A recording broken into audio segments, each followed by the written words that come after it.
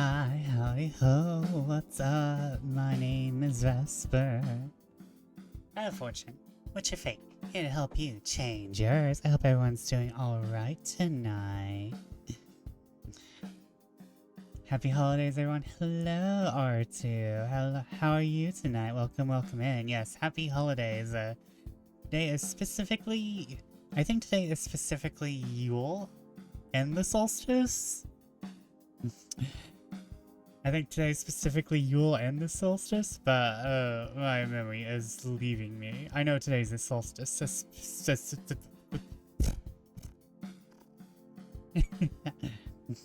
Welcome in, how are you tonight, R2?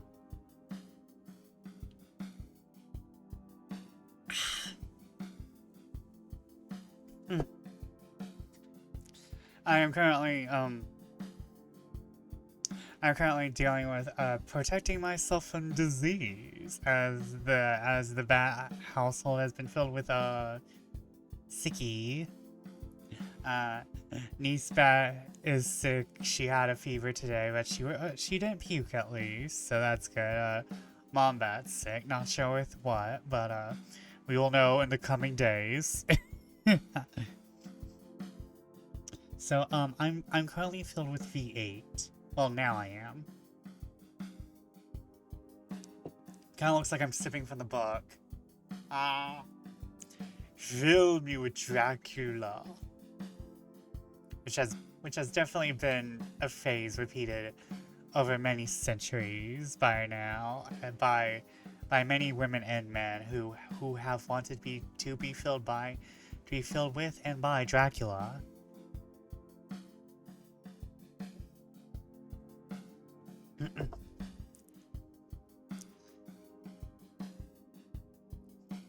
And welcome in, Silver and whatever, and thank you for the subs. I actually heard that, but I know y'all didn't, because my desktop audio has once again chosen to be weird.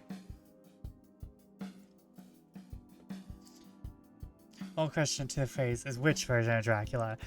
I think we're on original Dracula, which means he's old. Because if I remember correctly, from the last time we read this, he was described as a man with white hair. So we kind of got Silver Fox Dracula. But thank you for the sub, whatever. It's been almost 2 whole years. Oh gee, that's like 2.5 babies. We have nearly 2.5 child sacrifices. I mean, what? Nearly 2.5 firstborn baby sacrifices.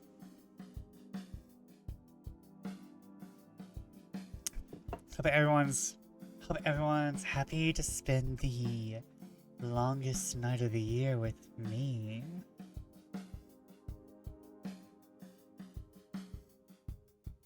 Oh wait, is my oh yeah, I was about to say, is my webcam camera better, but then it makes me look up like this and it makes me look silly.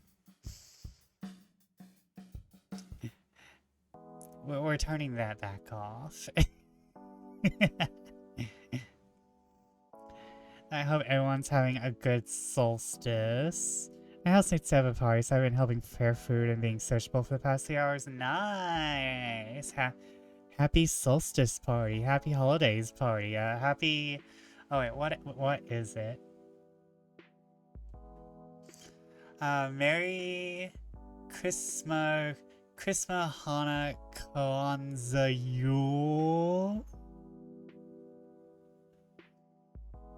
Yeah, absolutely. Solstice Yule House. Nice. Has someone here seen the Nosferatu movie by Robert Eggers? I need to watch... I think that's the new one. I think there's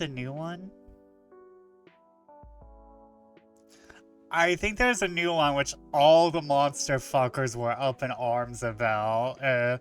Like everyone was hot. Everyone was hot and bothered, I think. I'm not like 100% sure. Recently found out one of my games, Car Roguelike Pacific. Oh, I've seen Pacific Driver. Shouldn't we play that? Has the ability to add your own music. Ooh, to the in-game radio.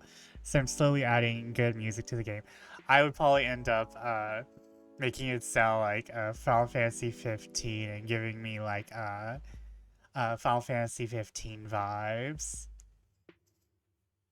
Or I would end up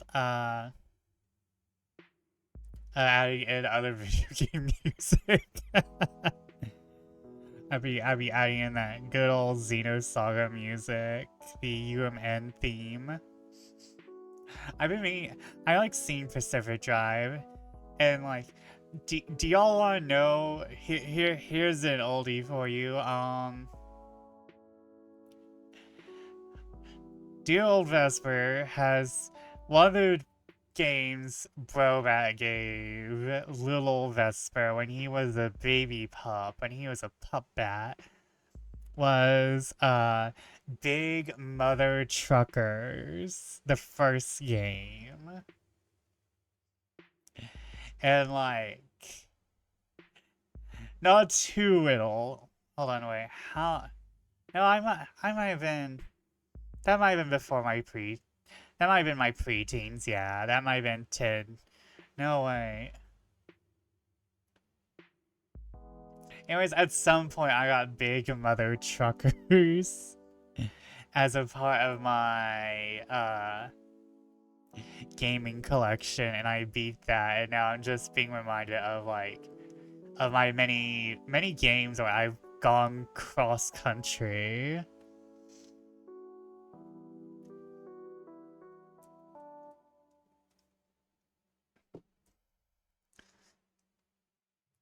But I think Final Fantasy 15 out of all of them was the most brain chemistry changing one, I think.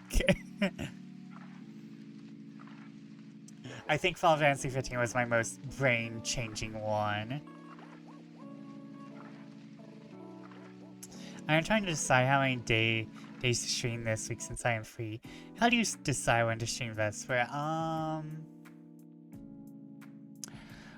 Part of it is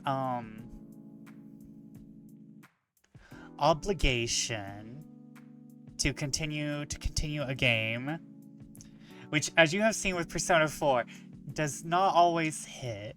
And other times it is another obligation, because I have actually gotten something from Keymailer for free, which means I am required to stream it. But as you've seen from Keymailer, I get some good ones occasionally. Greetings, salutations, and furthermore, absurdist RPGs. Those of you who want to know the plot of my Pigeons 11 game, they were to steal cocktail shrimp from a casino shrimp vault. As you're wondering if it's normal for a casino to have a vault for shrimp. Yes, it is. Don't be silly. For everyone else, hi, hello, RX. I'm glad you had incredible fun. I can't wait to hear more. I'm sorry I haven't been very active as of late. It's been a time. Do you want details? Yes. What's so funny is how Pacific Drive is able to make anomalies and monsters go from, oh shit, this is bad, to Christ again, this is so annoying, back to, oh shit, this is bad. It's genuinely super well done. Oh, there's monsters? Oh, it's a genuine horror game? I did not know that.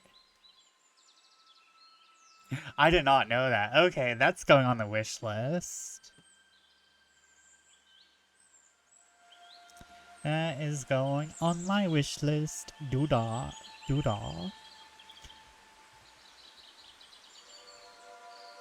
Monsters? Oh, wow. I like horror for horror things. I'm not always here to be fucking the monsters.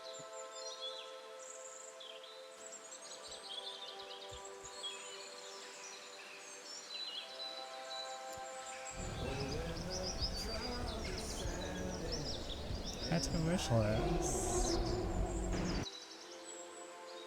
Basically, it's SCP fucked up Washington State in the 1980s, and now you're trying to survive in a classic station wagon.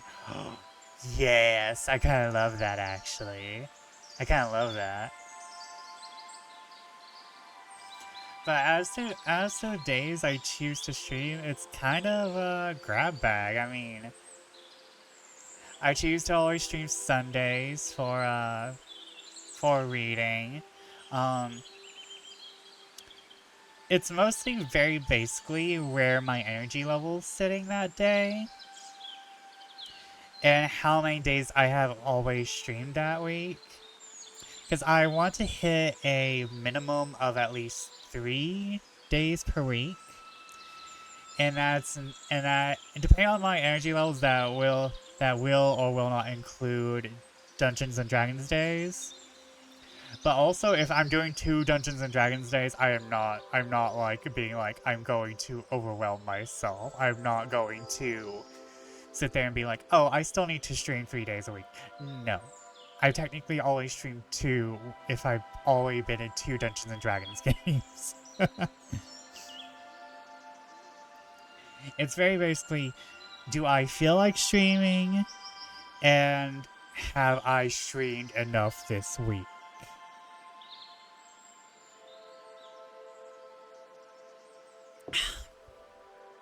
Okay, so we had Dodo named Maud, who cover was an octogenarian chain-smoking slot machine player with an oxygen tank. We had AI, a cardinal. He was male because he was red. It's a cardinal thing. Who was cross-dressing as a slutty lounge singer. We had a penguin named Sean, who was an undercover as a buffet waiter. And Renee, a Parisian falcon, as the getaway driver. Nice. Oh, Al, okay. Short for Alberti. Set to make a schedule when I do not know how much energy I will have. I will say, set certain days like you already have, and then add in, and just say you'll stream sometime else during the week. And just be like, okay, these are the days I usually stream, but I might stream this the rest of the week.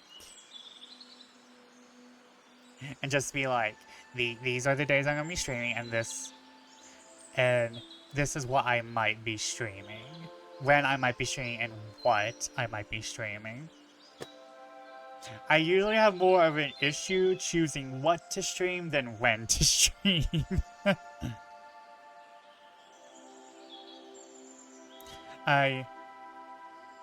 Because, like, I want, like I said, I'm still deciding how to, readjust to language learning. And, because I love our sensei, right? Our sensei threw us into the deep end of the pool. And I feel like that's unfair. And, not like the rest of the lessons were bad. I just feel like, okay, I'm not sure if I'm vibing with having to learn the entire writing system before we continue on vocally anymore.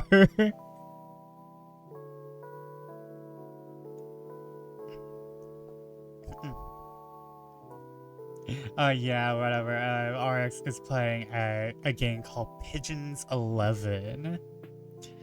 Which is kind of like an RPG where you roleplay as birds. And it's all about heists, but as birds. But now I have Pacific Drive to put on my wish list, and I guess play on stream. We're going to hunt SCPs to Persona music, I guess, since don't want DMC knocking down my door. I can't have the MCA knocking down my door. Immersion is the fastest method, but I'm stupid. I'm stupid.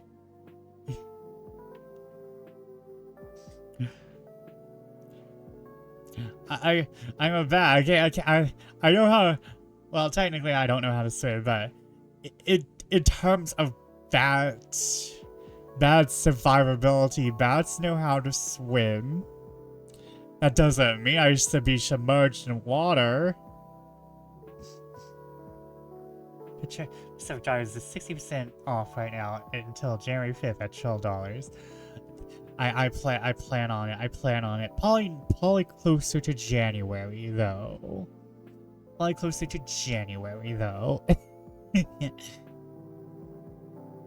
Because I actually bought myself a mystery pack of games, and they were kind of neat. I bought myself a mystery pack off of Fanatical,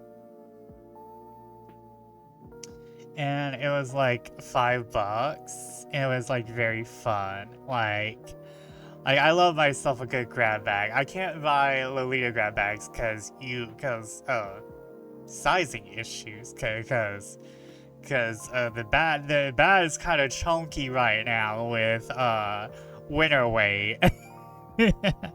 Your bat be chunky with the winter weight. So I can't be doing Lolita grab bags, but I can be doing some game grab bags. I love myself some mystery items. Until I don't, but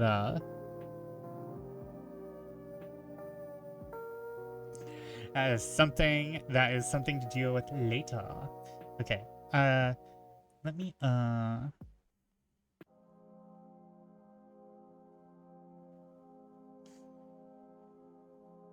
Let me go find Dracula's castle again.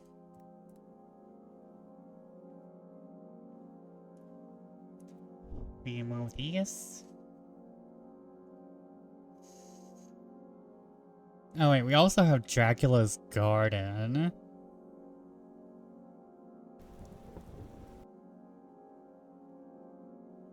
And let me open up Project Gutenberg.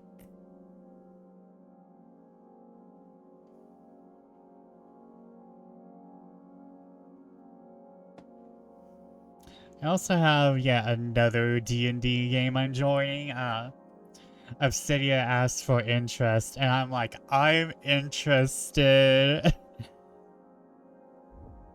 However, it is not going to be on stream, so everyone will just have to live with my very shitty recounting. Maybe I'll do a live tweet. Also, I've been looking at more music for my game, and I've been reminded of one of my favorite films, Thou Shall Not Grow Old, which is when Peter Jackson got tons of World War I film, restored it, and made it colored, and voice used lip readers to read what the people were saying. Oh my god. That's very interesting. Because that sounds like a lot of work. But it's kind of necessary considering how I don't want to say uneducated upon the wars we are, but there is definitely a disassociation with the past that America has, and it's almost like purposeful how our past is being kind of cleaned up by our educators, almost. And it's not as dirty or truth-filled as it should be. It's like, oh yeah, this happened. It's like, nah, we were horrible people. Well, not we, but, look at this cute as fuck bag. Hey, I was about to talk about war. Welcome in, Ryuga. How are you tonight?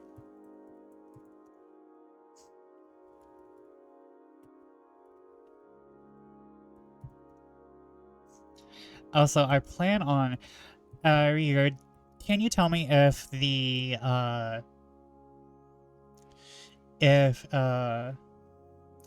Snark Exchange plans on going all night tonight? Because, like, I just figured, you know, after I'm done reading, I'll raid into them since, charity, good cause, you know, fight the system with kindness and charity, blah, blah, blah, blah, blah. that sounds so callous. Fight the system, blah, blah, blah, blah, you know, anarchy. We usually wrap around midnight for charity events. Oh, okay, so that's probably when I'm going to be finishing.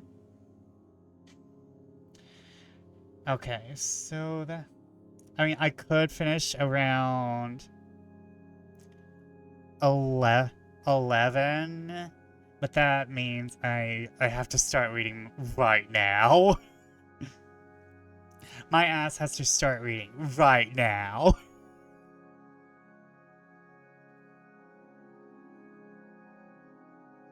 So I think we'll probably read into...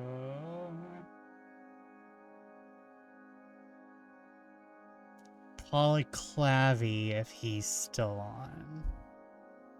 Thank you, Riga. I just need to know that. But how are you tonight? Welcome in. But that sounds very interesting, R2. The very sad thing is that I have been, like many people in the American education system who has been, I don't want to say victim to it, but who has suffered through it. I don't like war films, whether they are fiction or non-fiction. It's just, I have zero interest in war media. I have zero interest in war media, which is very sad because it's very homoerotic. Which is very sad because war stuff is just automatically homoerotic. And cue the distraction. I mean, like, you don't have to go in. Although I'm into Fire Emblem Radiant Dawn and Valkyria Chronicles, so maybe it's just, there's never been a proper approach to war. New donation from Santa Which is very weird, because, like, I'm into Valkyria Chronicles, which is basically World War II, if I remember correctly, but fantasized. I don't know.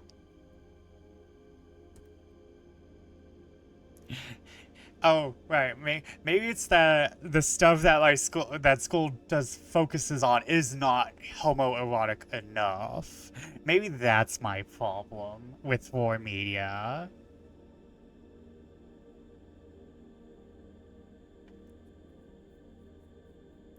I was getting the jump on the year's task, and the whole country will exploded on my naughty list, so you can have it. I'm very tempted to, like, spin a reel, what I will call the reel of friendship. The reel of testing friendship. And buy a code for the letter. And sending it to the unlucky person it lands on the wheel. And being like, here, I have suffered so much too.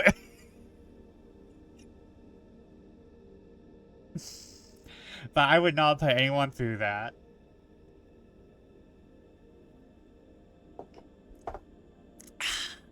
Okay, I've accidentally drank all my V8. Well, not accidentally, but also I'm glad you're working on stuff for YouTube, Chef. I'm very interested to see what your next YouTube thing is. So I'll hit the BRB screen and we will be right back to read Dracula.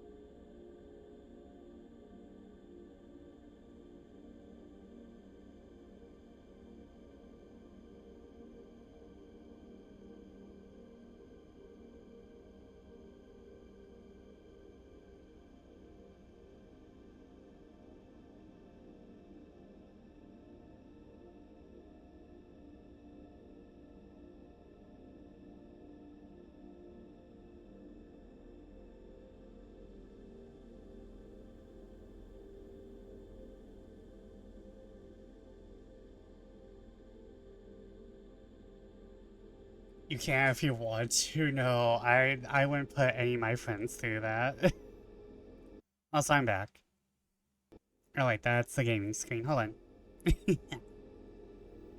So, we went on chapter 3. Let me turn on the music.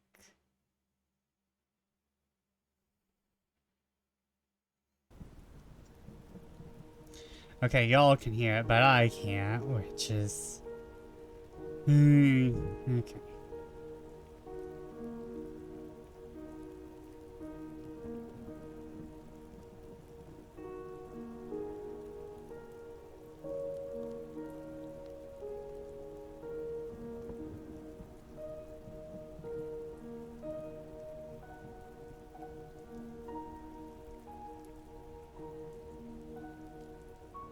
Hold on.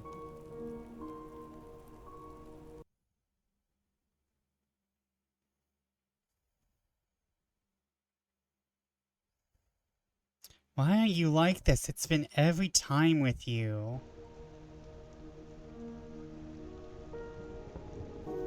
Here we go. Okay, we are on chapter 3. Everyone, get cozy, get comfy, and prepare for Dracula. I want your blood, blood. We're on chapter 3. More of Jonathan Harker.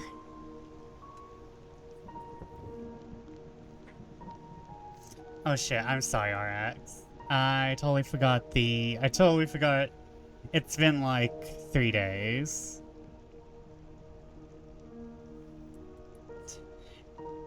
I knew everything was going too smoothly. It would have been very well timed.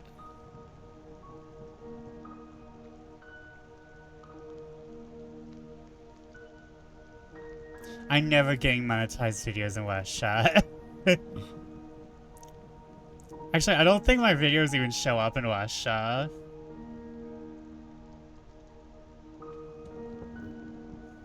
But okay. Chapter 3. Jonathan Harker's journal continued. When I found out that I was a prisoner, a sort of wild feeling came over me. I rushed up and down the stairs, trying every door and peering out of every window I could find. But after a little, the conviction of my helplessness overpowered all of the feelings. When I look back after a few hours, I think I must have been mad for the time. I behaved much as a rat does in a trap.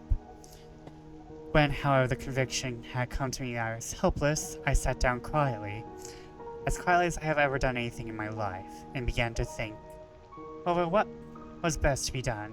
I am thinking still, and as yet have come to no definite conclusion. Of one thing I am certain. There is no use making my ideas known to the Count. He knows well that I'm imprisoned, as he has done it himself, as doubtless has his own motives for it. He will only deceive me if I trust him fully with the facts. So far as I can see, my only plan will be to keep my knowledge and my fears to myself, and my eyes open. I am, I know, either being deceived, like a baby, by my own fears, or else I am in desperate straits, and if the latter be so, I need, and shall need, all my brains to get through.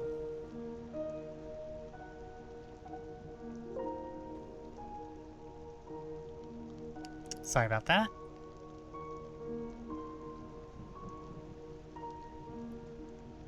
I had hardly come to this conclusion when I heard the great door below shut, and knew that the Count had returned.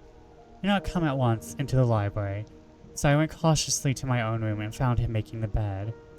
This is odd, but only confirmed what I had all along thought, that there are no servants in the house. When I later saw him through the chink of the hinges of the door, laying at the table in the dining room, I was assured of it. For if he does himself all these menial offices, surely it is a proof that there is no one else to do them. This gave me a fright, for if there is no one else in the castle, it must have been the Count himself who was the driver of the coach that brought me here. This is a terrible thought. For so, what does it mean that he could control the rules as he did, by only holding up his hand in silence? How was it that all the people at Bistritz and on the coach had some terrible fear for me? What meant the giving of the crucifix, of the garlic, of the wild rose, of the mountain ash? Bless that good woman who hung the crucifix around my neck. For it is a comfort and a strength to me whenever I touch it.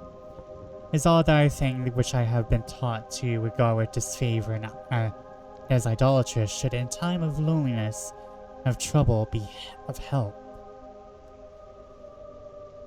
Is it that there is something in the essence of the thing itself, or that is the medium a tangible help in conveying memories of sympathy and comfort?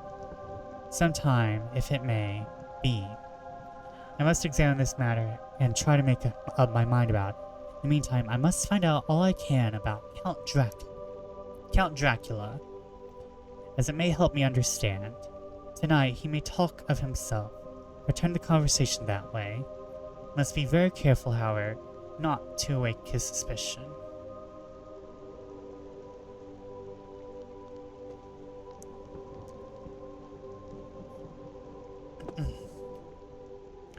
Midnight.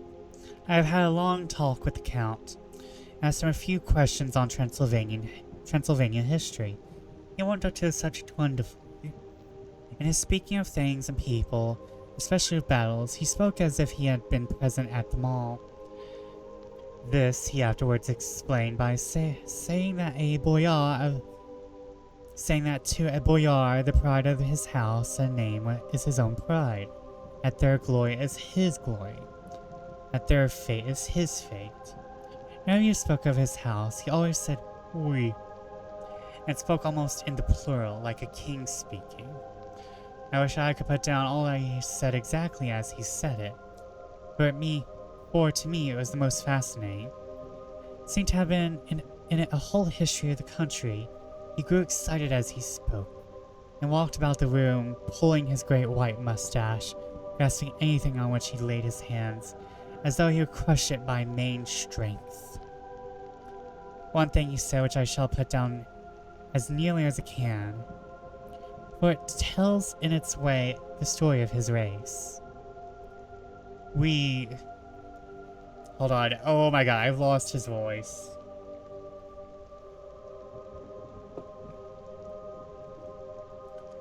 We, Sakellies, have a right to be proud, for in our veins flows the blood of many brave races, fought as the lion fights for lordship. Here in the whirlpool of European races, the Ugrit tribe bore down from Iceland the fighting spirit which Thor and Woden gave them, which the berserkers displayed to such fell intent on the seaboards of Europe, and of Asia and Africa too, till the peoples thought that the werewolves themselves had come. Here too, when they came, they found the Huns, whose warlike fury had swept the earth like a living flame. To the daring peoples, held out in their veins the blood of those old witches who, expelled from Scythia, made it with the devils in the desert. Fools! What devil or what witch was ever so great as Attila, whose blood is in these veins? Held up his arms. Is it a wonder that we were a conquering race, and we are proud that when the Magyar, the Lombard, the Avar, the Bulgar, the Turk poured his thousands on our frontiers, we drove them back? It's strange that when the Arpad and his legions fled through the Hungarian fatherland, he found us here when he reached the frontier, that the Hangfaglalas was completed there. When the Hungarian flood swept eastward, The Sijkelis were claimed as kindred by victorious Magyars, and to us for centuries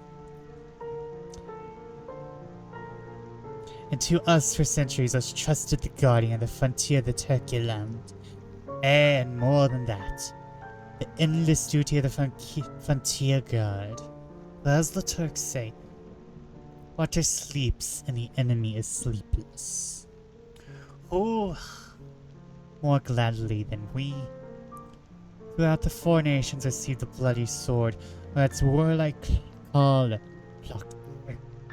flocked quicker than this to the standard of the king. When was the redeemed the great shame of my nation, the shame of Kosovo? And the flags of the Wallach and the Magyar went down beneath the crescent. Who was it but one of my own race, as Voivod, who crossed the Danube and beat the Turk on his own ground? This was Dracula indeed.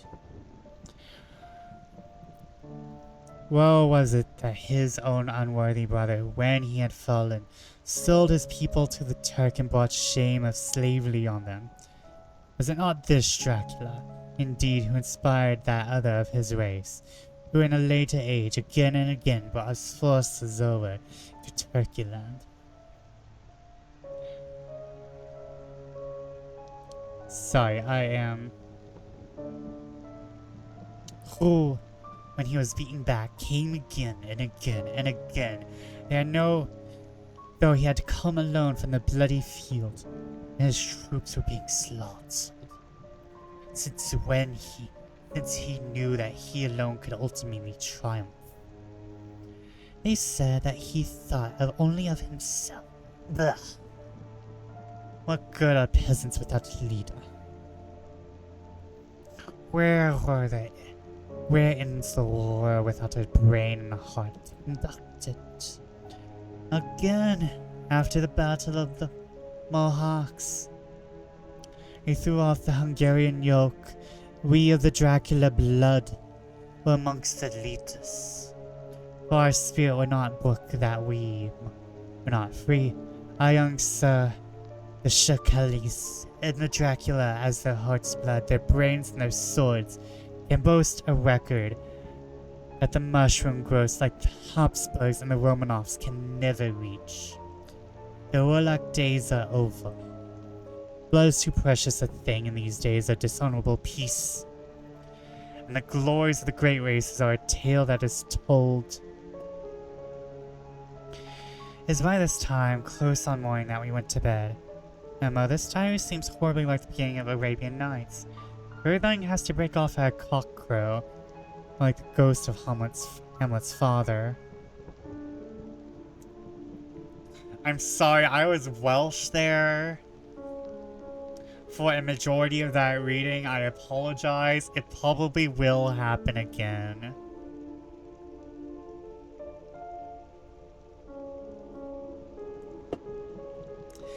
It will probably happen again. 12th of May. Let me begin with the fact.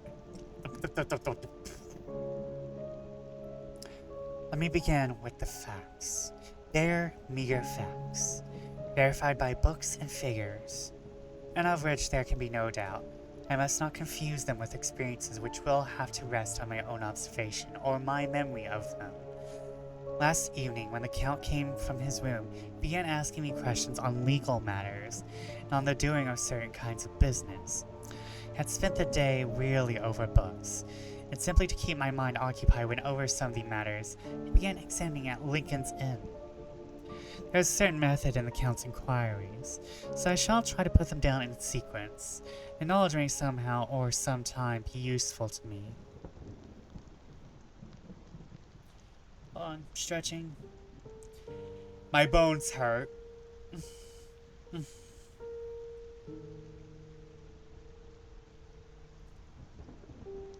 First, he asked if a man in England might have 2 solicitors or more.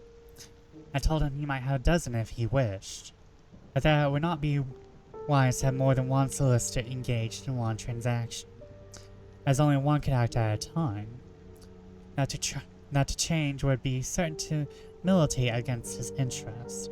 He seemed thoroughly to understand. He went on to ask if there would be any practical difficulty having one man to attend to, say, banking and another to look after shipping, in case local help were needed in a place far from home of the banking solicitor. I asked him to explain more fully, so I might not by any chance mislead him, so he said, I shall illustrate. Your friend and mine, Mr. Peter Hawkins, under the shadow of your beautiful cathedral at Exeter, which is far from London, buys for me through your good serf my place at London. Good. Now here let me say frankly, lest you should think it strange I have sought the services of one so far off from London instead of some one resident here. That my motive was no local interest might be served, save my wish only. As one of London residents might perhaps have some purpose of himself or friend to serve. I went thus afield to seek my agent, whose labor should only be to my interests. Now suppose I, who have much of affairs, wish to ship my goods, say to Newcastle or Durham, or Harwich or Dover. Might not be that with more ease be done by consigning one in these ports. And said certainly it would be most easy. But Dowie Sisters has a system of agency, one for the other, so that local work can be done locally on instruction from any solicitor, so that the client, simply placing himself in the hands of one man, could have his wishes carried out by him without further trouble. But, said he, I could be at liberty to direct myself. Is that not so? Of course, I replied, and such is often done by men of business. They do not like the whole of their affairs to be known to any one person. Good. He said, then went on to ask about means of making consignments and the forms to be gone through, of all sorts of difficulties which might arise, that by forethought could be guarded against. I explained all these things to him to the best of my ability. He certainly left me under the impression that you would have made a wonderful solicitor, for there was nothing that he did not think of or foresee. For a man who was never in the country, and who evidently did not do much in the way of business, his knowledge and acumen were wonderful. When he had satisfied himself on these points of which he had spoken, I verified all as well as I could by the books available. Suddenly he stood up and said,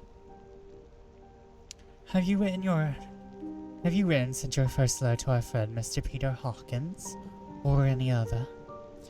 So some bitterness in my heart that I answered that I had not, that as yet I had not seen any opportunity of sending letters to anybody. Then right now, my young friend, he said, laying a heavy hand on my shoulder. Write to our friend and any other, and say if it will please you, that you will stay with me until a month from now. Do you wish me to stay so long?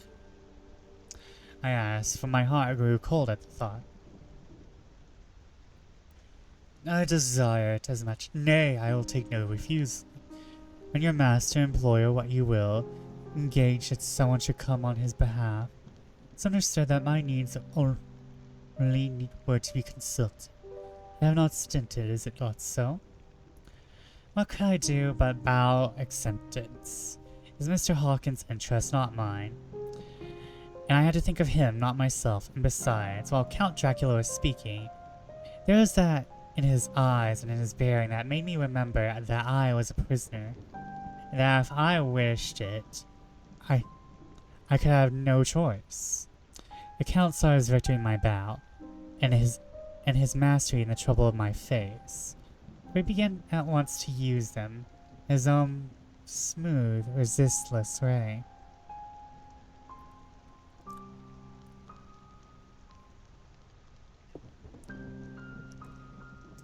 I pray you, my good friend, that you will not discourse of things other than business in your letters. It will doubtless please your friends to know that you are well, that you look forward to getting home to them. Is it not so? He spoke, handed me 3 sheets of notepaper and 3 envelopes.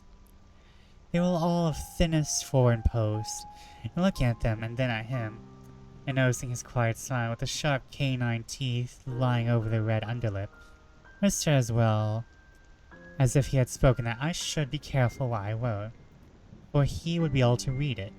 So I determined to write only formal notes now, but to write fully to Mr. Hawkins in secret, and also to Mina.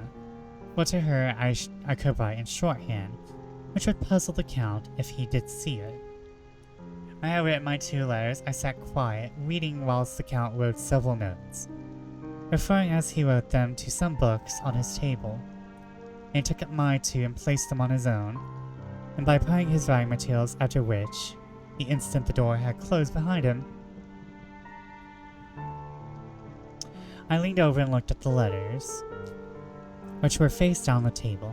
I felt no compunction in doing so, for under circumstances I felt I should protect myself in every way I could. One of the letters was directed to Samuel F. Billington, number 7, The Crescent, Whitby, another Air Lutner, Varna. The third was to Coates & Co., London. The fourth to Aaron Klopstock and Billworth, Bankers, Budapest. The second and fourth one sealed. I was about to look at them when I saw the door handle move. I sank back in my seat, having just had time to replace the letters as they had been, and resume my book before the Count. Holding still another letter in his hand, he entered the room. He took up the letters on the table and stamped them carefully. Turning to me, he said, "I trust you will forgive me, but I have much work to do in private this evening. You will, I hope, find all things as you wish." At the door he turned and, after a moment's pause, said, "Let me advise you, dear young friend, nay, let me warn you, with all seriousness, that should you leave these rooms, you'll not by any chance go to sleep in any other part of the castle. It is old and has many memories, and there are bad dreams for those who sleep unwisely. Be warned. Should sleep now or ever overcome you, or be like to do, in haste to your own chamber, or to these rooms. For your rest will be safe. But if you be not careful in this respect, then." He finished his speech in a gruesome way, for he motioned with his hands as if washing them. I quite understood. My only doubt as to whether any dream could be more terrible than the unnatural, horrible net of gloom and mystery which seemed to be closing around me. My God, Jonathan, you have got yourself into a problem.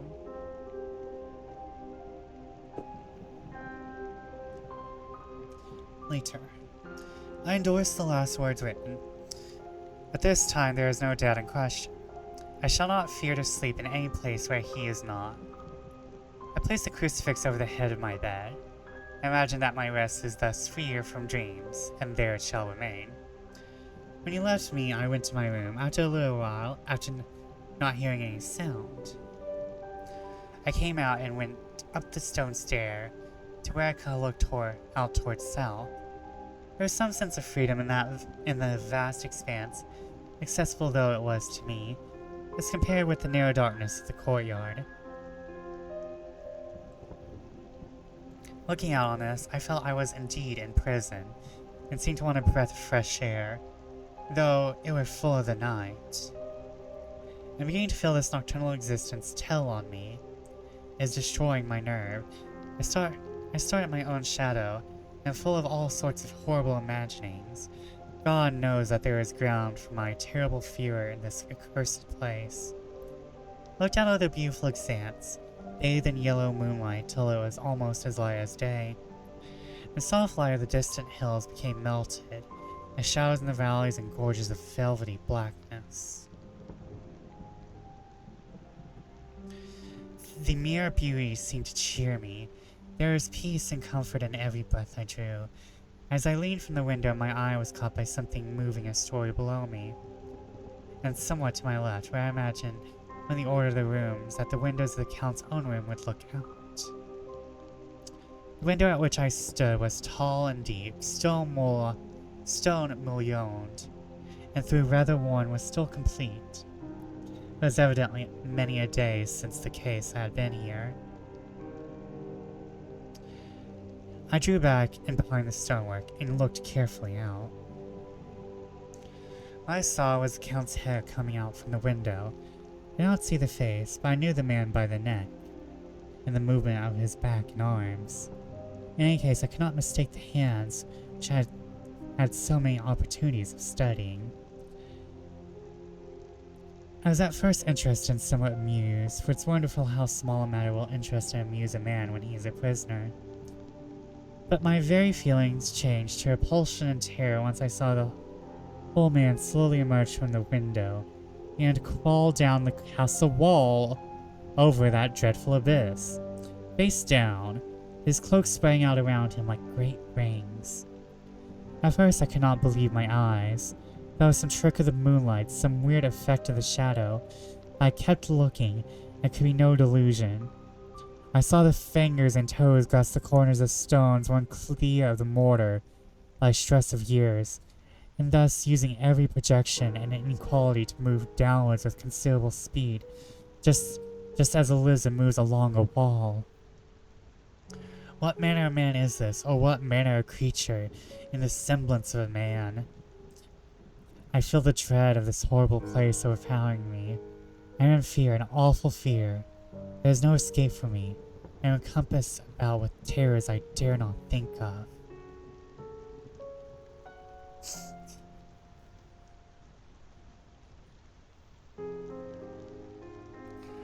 I'm sorry, I was just immediately thinking Dracula going activating gremlin mode and climbing down the wall in the lizard fashion just described.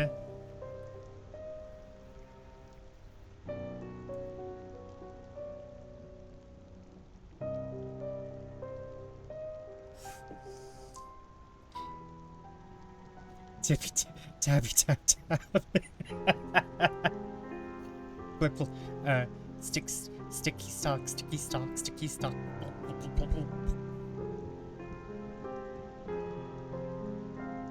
His tongue reaches out and looks at his eyeball.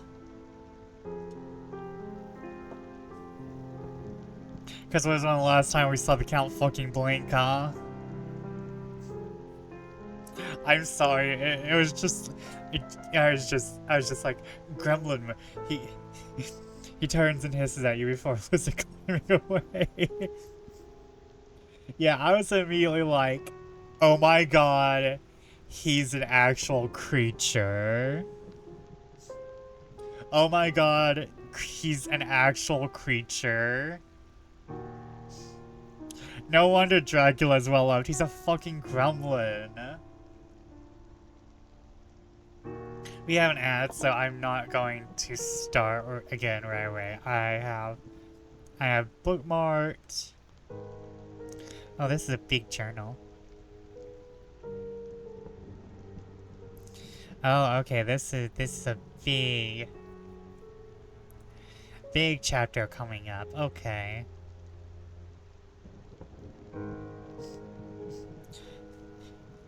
Maybe when I want a vampire, maybe I should make them lizard themed. Maybe I should make a lizard vampire.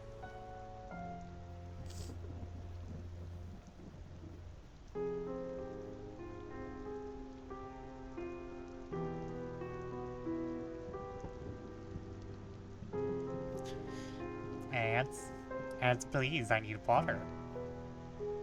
The bat needs to be hydrated so he doesn't also turn into a lizard and crawl away.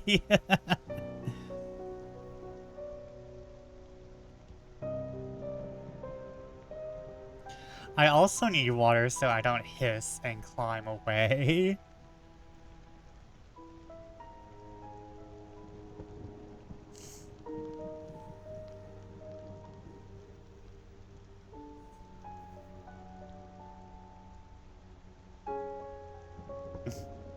I hope everyone's enjoying Dracula.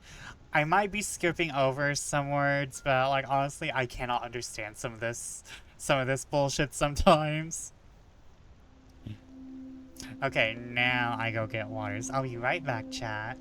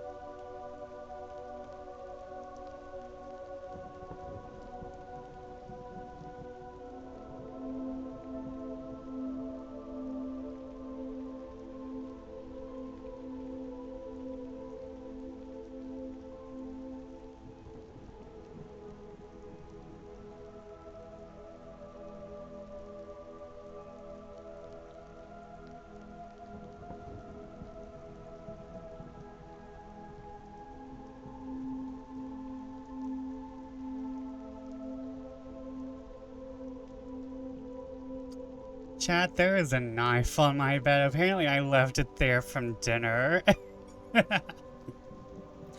Apparently there is a knife on my bed where I left it from dinner. I forgot to take it into the kitchen, I guess.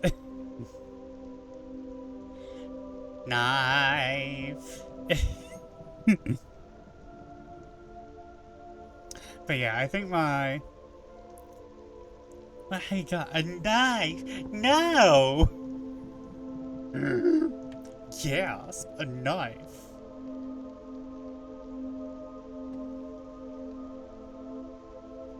I might ask Snurling for a few additions on this model because I don't like the arms. I would like to use my bat wings to hold things. I like to use my bat wings to hold this book.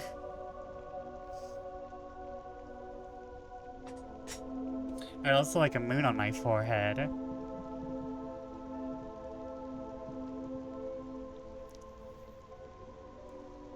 Although I could maybe just stick a crescent moon on my forehead, maybe?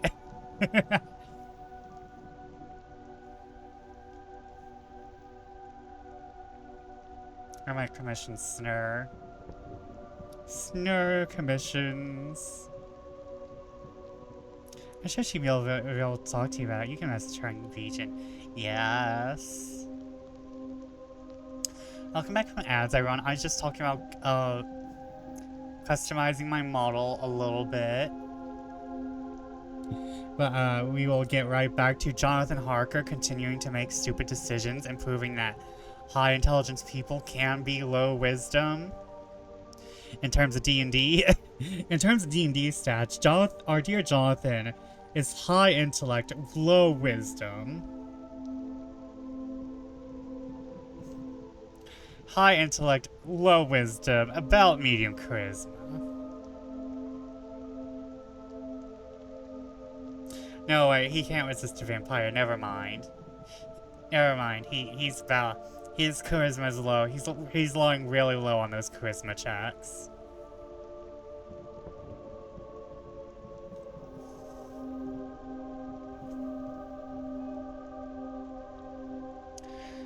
"15th of May.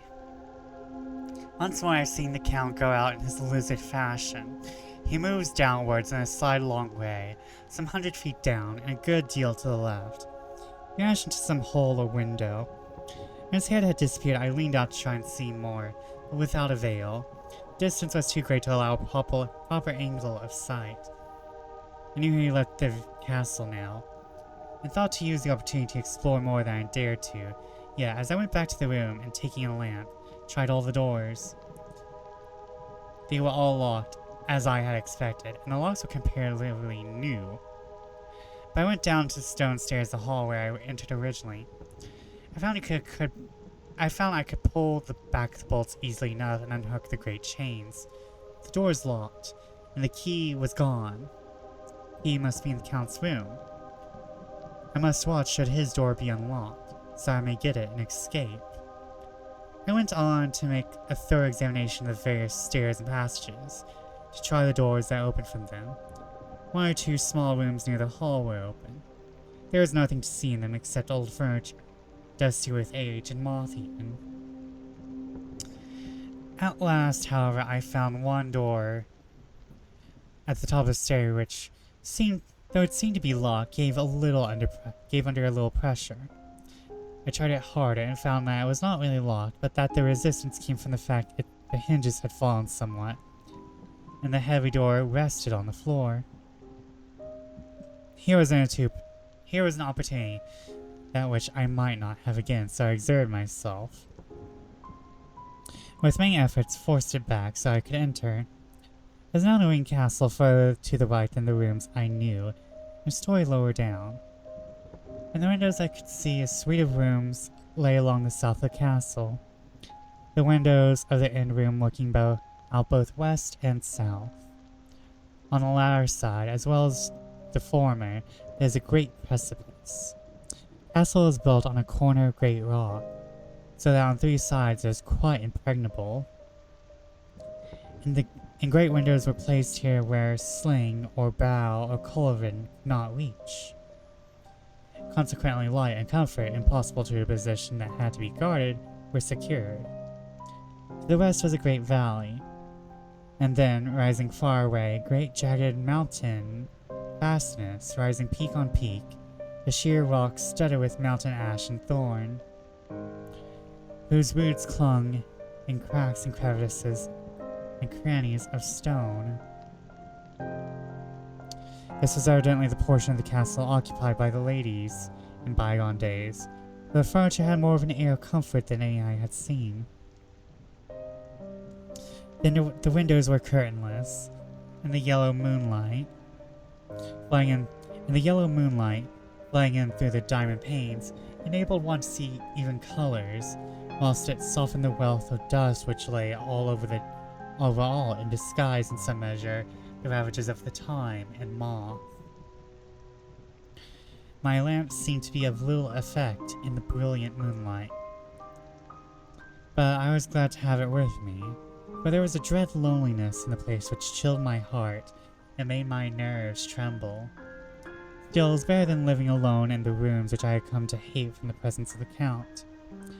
After trying a little to school my nerves, I found a soft quietude come over me. Here I am, sitting at a little oak table, where in old times possibly some fair lady sat to pen, and with it much thought and many blushes, her ill-spelt love letter, and writing in my diary in shorthand all that has happened since I closed it last. The 19th century up to date with a vengeance.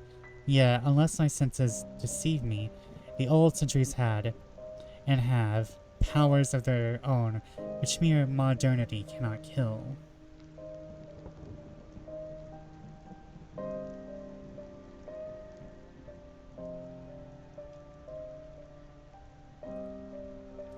Later, the morning of 16th of May. God preserve my sanity, for to this I am reduced. Safety and the assurance of safety are things of the past. Whilst I live here there is but one thing to hope for, that I may not go mad, if indeed I be not mad already.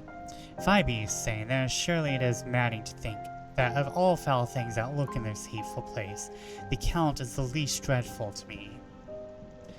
And to him alone I could look for safety, even though this be only whilst I serve his purpose. Great God, merciful God, let me be calm, for out of that way that lies madness indeed. I begin to get new lights on certain things which have puzzled me. Up to now, I never quite knew what Shakespeare meant when he made Hamlet say, "My tablets, crick, my tablets, 'tis meet that I put it down," etc. For now, feeling as though my own brain were unhinged, or as if the shock had come which must end in its undoing, I turned to my diary for repose. The habit of entering accurately must help soothe me. Hold on.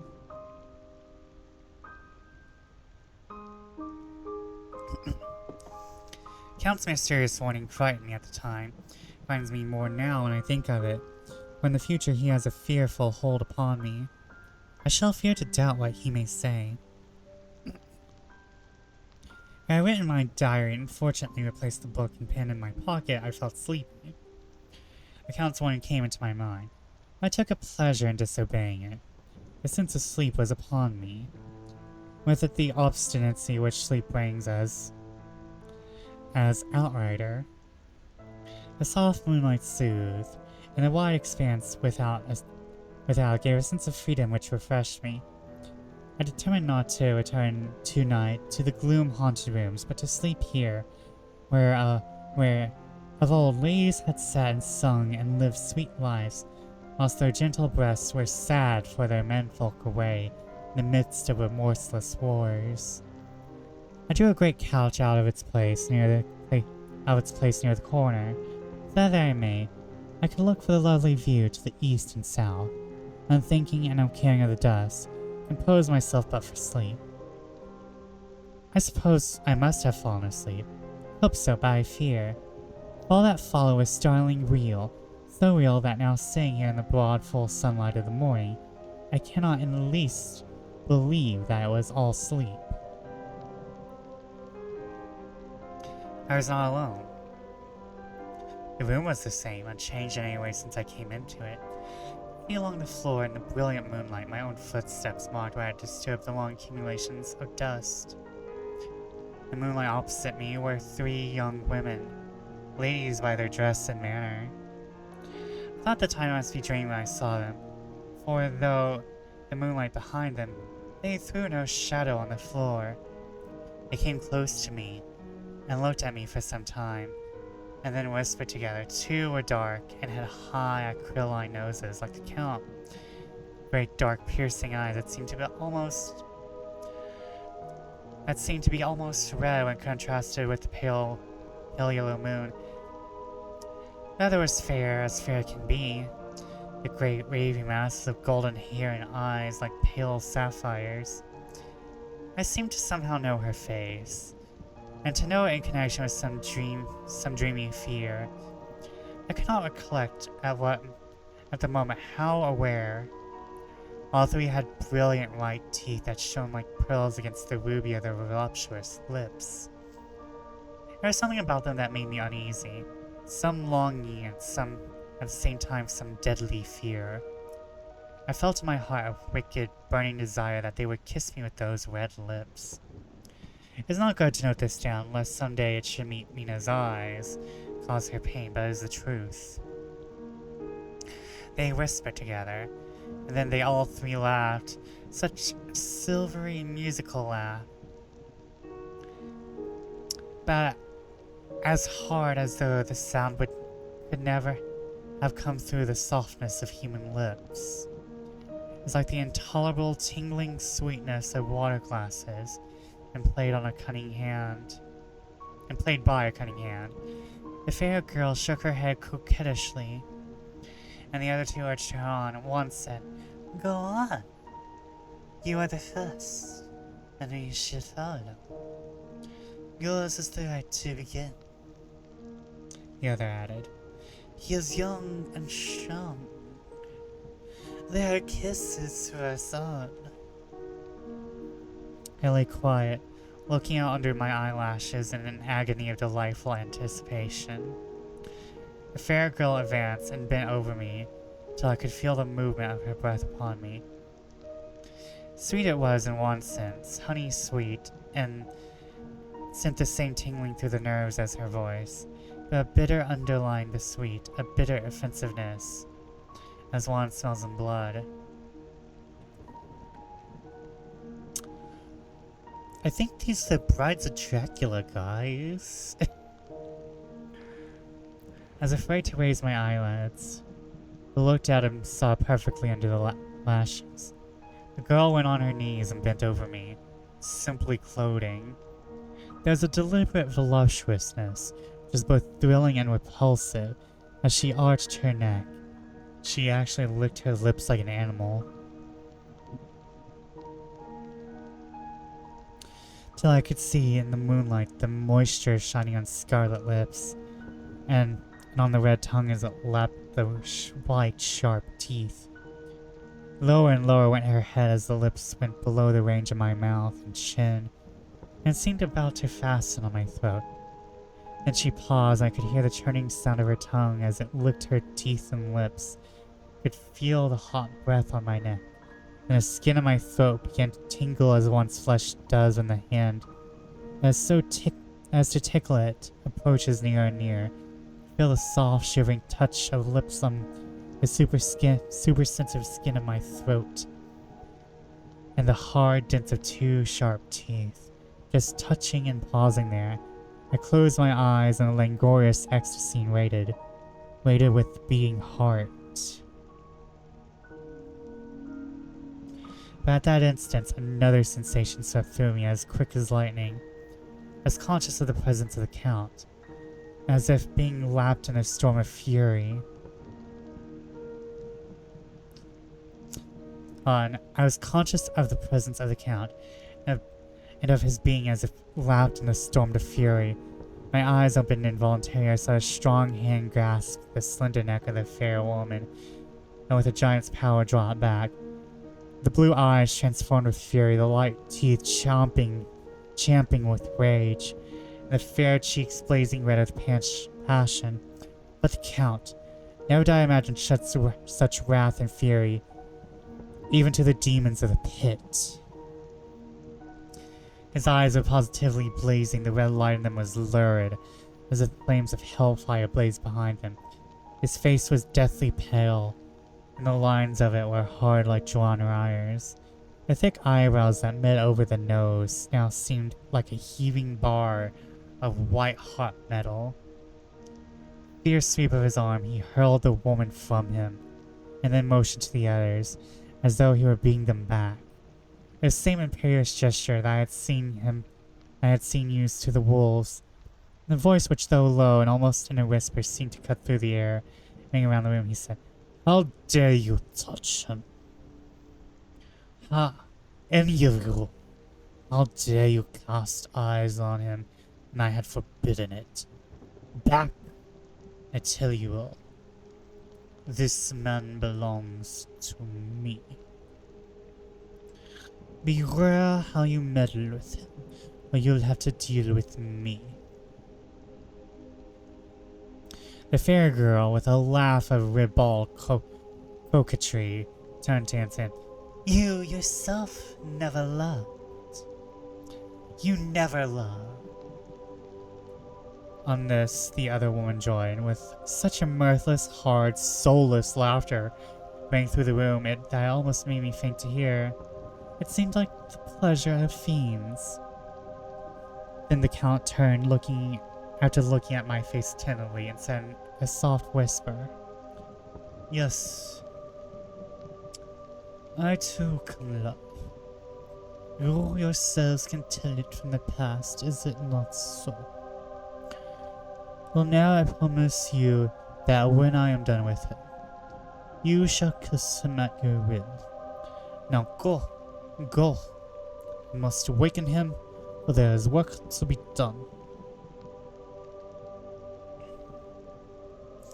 "Are we to have nothing tonight?" said one of them, with a low laugh as she pointed to the bag she had thrown upon the floor, which moved as though there were some living thing within it. For answer, he nodded his head. One of the women jumped forward and opened it. If my ears did not deceive me, there was a gasp and a low wail, as of a half-smothered child. They were enclosed round, whilst I was aghast with horror. But as I looked, they disappeared, and with them the dreadful bag. There was no door near them, and they could not pass by me without my noticing. They seemed to fade into the rays of the moonlight and pass out through the window. but I could see outside the dim, shadowy forms for a moment before they entirely faded away. And the horror overcame me, and I sank down unconscious. Dracula really said, "That's my man, you can't have him until I'm done."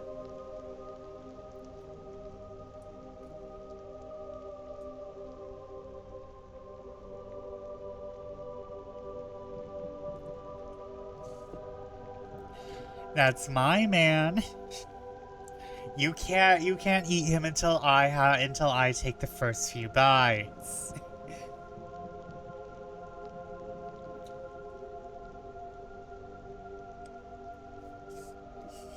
Oh, and I'm stretching, taking care of myself.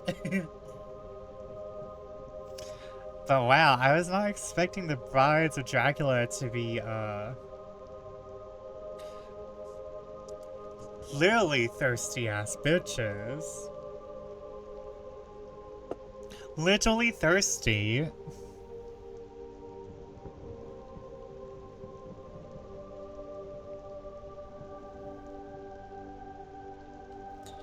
But I kind of like that.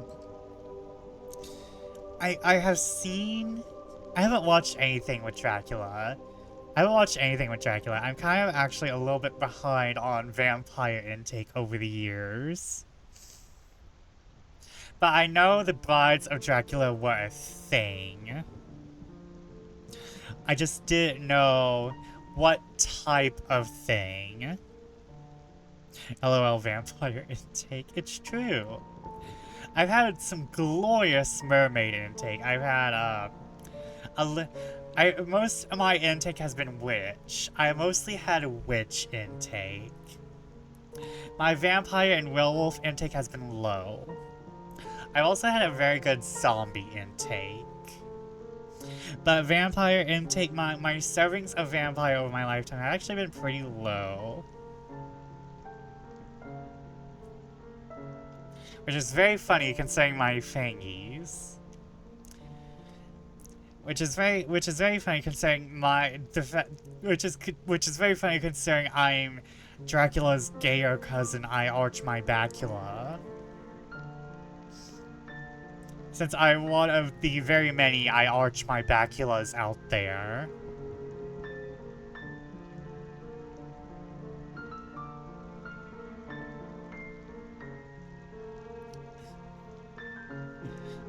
Burn through the ditch, burn through the witches and dig through the ditches. They call me I arch my bacula. That's such a phrase, wow. Thank you, I did not come up with it myself. It's what I get from watching Uki. I think Uki tweeted it. I think someone was like, I think someone was talking about their, Uki's costume. Uki Violetta's costume. And like, they were talking about with their cousins, and their cousin was like, is that Dracula's gay cousin, I arch my bacula? And like, I'm just like, okay, I'm stealing that. And it's true, I do arch the bacula. I do arch the bacula. Just like Jonathan's going to be doing, I think. I know Jonathan is not the main character, but my god, Dracula's a bisexual king. We love him for that. We love Dracula for his bisexual representation.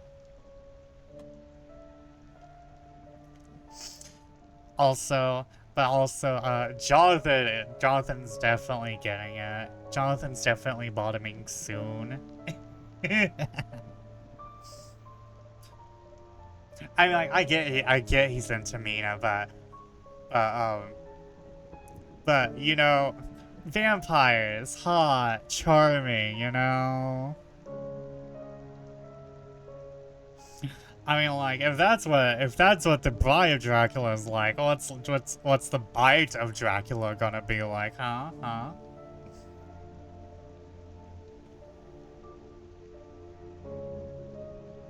I think I've had some intake where vampires were mosquitoes, though I don't remember. I want to say that was Courage the Cowardly Dog, but I'm probably wrong. Okay, let's continue onwards to Chapter 4, the last. I think this is the last of Jonathan's journal. Yeah, this is the last of Jonathan's journal.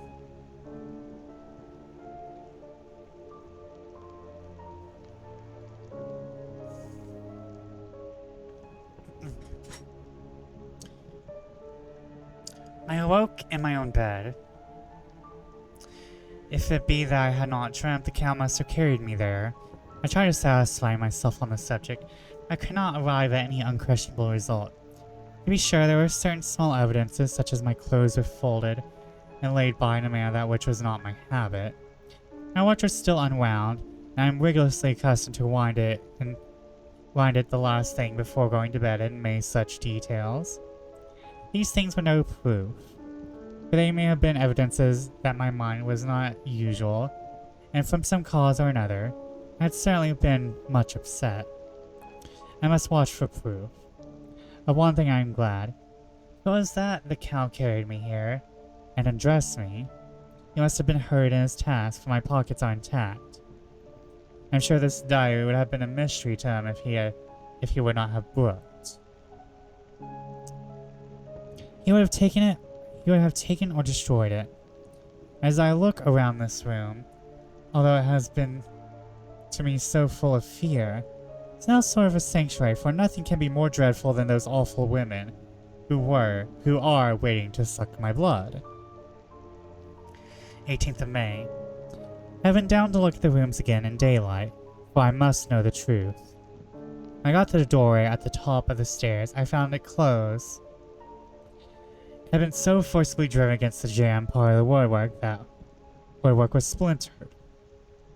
Hold on, let me reread that. It had been so forcibly driven against the jamb that part of the woodwork was splintered. I could see that the bolt of the lock had not been shot, the door fastened from the inside. I fear it was no dream, and must act on this surmise. 19th of May. I am surely in the toils. Last night the Count asked me in the suavest tones to write 3 letters. One saying that my work was nearly done, and I should start for home within a few days. Another that I was starting next morning from the time of the letter. And third that I had left the castle and arrived in Bistritz. I would have fain have rebelled. I felt that in the present state of things, it would be madness to quarrel openly with the Count, whilst I am so absolutely in his power. To refuse would be to excite his suspicion and arouse his anger. He knows I know too much, and I must not live, lest I be dangerous to him. My only chance is to prolong my opportunities. Something may occur which will give me a chance to escape. Saw in his eyes something of the gathering wrath which was manifest when he hurled that fair woman from him. He explained to me that posts were few and uncertain, that my writing now would ensure ease of mind to my friends. He showed me with so much impressiveness that he would countermand the later letters, which would be held over at Bistritz until due time in case chance should admit my prolonging my stay. And to oppose him would have been to create new suspicion.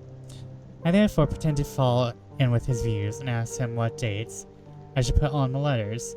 He calculated a minute and then said, the first should be June 12th, the second June 19th, and the third June 29th. I now know the state of my life. God help me.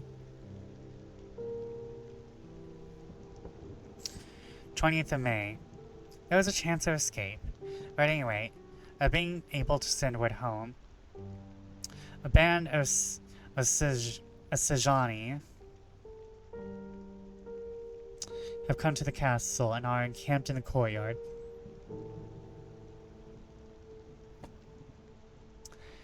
These Sejani are Romani, I have notes of them in my book.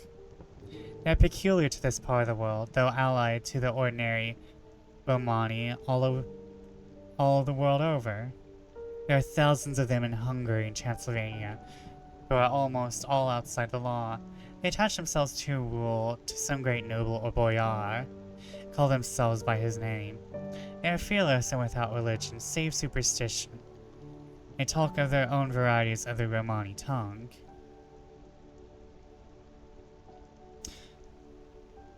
I shall write some letters home. I shall try to have them posted. I have spoken them through my window, begin acquaintanceship. They took off their hats and made obeisance and many signs, which, however, I could not understand any more than I could have spoken their language. I have written letters. Mina's is in shorthand. I simply must ask Mr. Hawkins to communicate with her. To her I have explained my situation, but without the horrors which I may only surmise. It would shock and frighten her to death, were I to expose my heart to her. Should the letters not carry, then the Count shall not yet know my secret, or the extent of my knowledge. Have given the letters, I threw them through the bars of the windows with a gold piece, made signs that I could have them posted. The man who took them pressed them to his heart and bowed, then put them in his cap. I could do no more. I stole back to the study and began to read. As the Count did not come in, I have written here.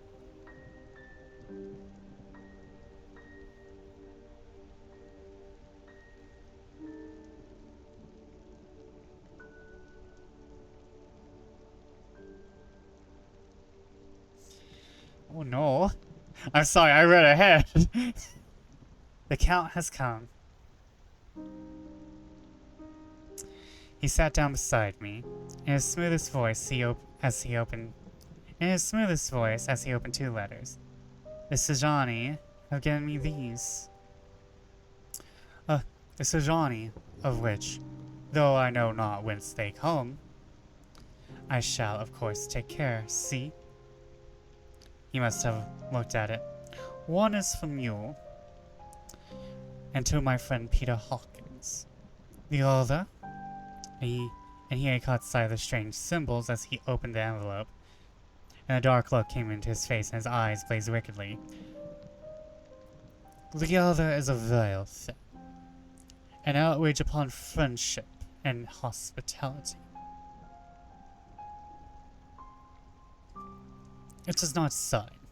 Well, so it cannot matter to us. Calmly held the letter and envelope in the flame of the lamp until they were consumed, and he went on.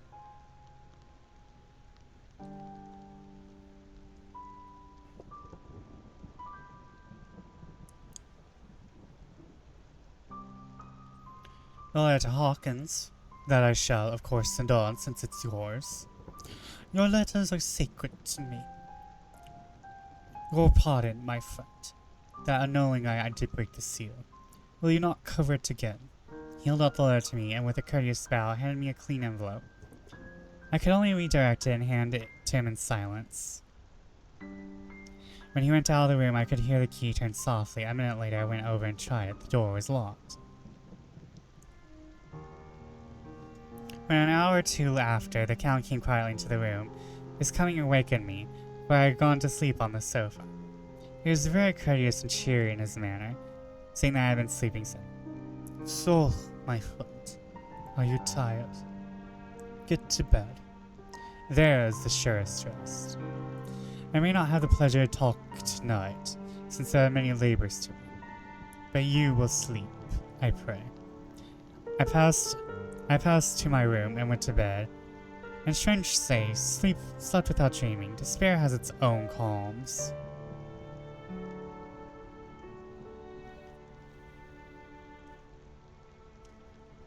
"31st of May. This morning when I woke, I thought I would provide myself with some paper and envelopes for my bag and keep them in my pocket.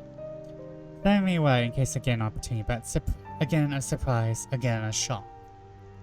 Every scrap paper is gone, with it all my notes, my memoranda, relating to the railways and travel, my letter of credit, in fact all that might be useful to me where I once outside the castle. I sat and pondered a while, and some thought occurred to me, and that I made search of my portmanteau in the wardrobe where I placed my clothes. The suit in which I traveled was gone, and also my overcoat and rug. I could find no trace of them anywhere. This looked like some new scheme of villainy. 17th of June. This morning, as I was sitting on the edge of my bed, cudgeling my brains. 17th of June. This morning, as I was sitting on the edge of my bed, cudgeling my brains, and without cracking of whips and pounding and scraping of horses' feet, up the rocky path beyond the courtyard. With joy I hurried to the window and saw drive into the yard 2 great leader wagons, each drawn by 8 sturdy horses. At the head of each pair of Slovak, his wide hat, great nail-studded belt, dirty sheepskin and high boots. They also had their long staves in hand. I ran to the door, intending to descend and try and join them through the main hall, as I thought that way might be open for them. Again, a shock. My door is fastened on the outside.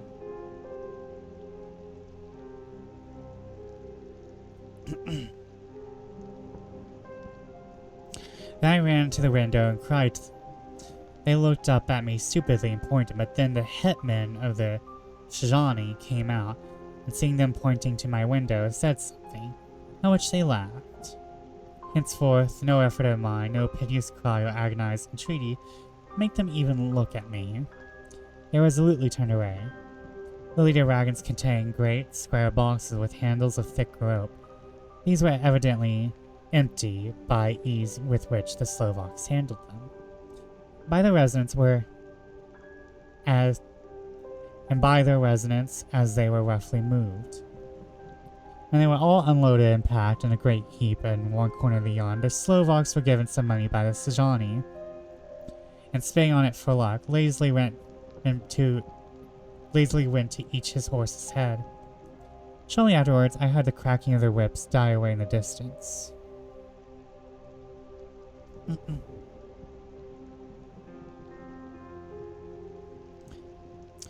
24th of June, before morning. Last night the Count left me early, and locked himself in his own room. As soon as I dared, I ran up the winding stair and looked out of the window, which opened south. I thought I could watch for the Count, for there is something going on. The Sejani are quartered somewhere in the castle and are doing work of some kind. I know it, for now and then I hear a faraway muffled sound as of a mattock and spade, and whatever it is, it must be the end of some ruthless villainy. Cudgeling your brain, so that's what we're calling it these days.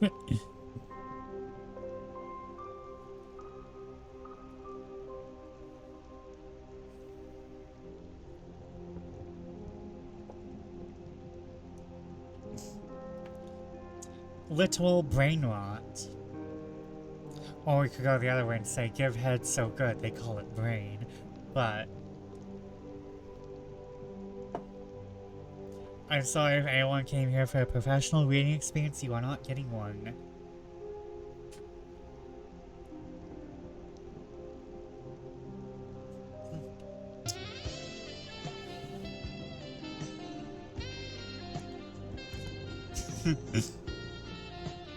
Thank you. 20. Oh, hold on. I already read that. I'm sorry. I've been at the window somewhat less than half an hour. I saw something coming out of the Count's window.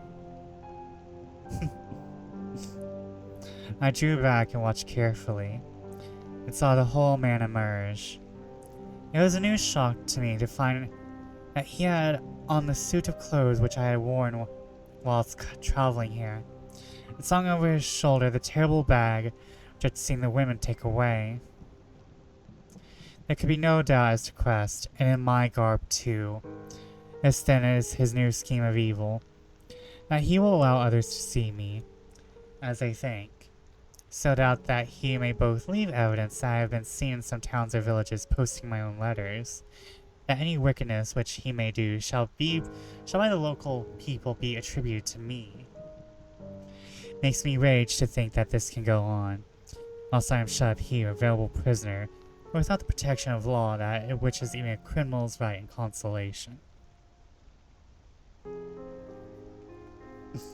I love how you are doing this. I find this to be a wonderful way to spend my last Sunday off of the year. Oh, thank you. I'm enjoying Dracula. And I enjoy reading for you guys. So I'm glad everyone's enjoying themselves.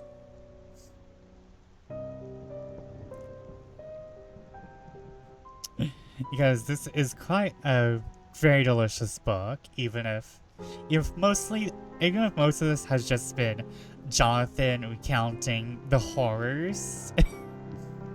Jonathan is experiencing the horrors and also polybisexuality, but still.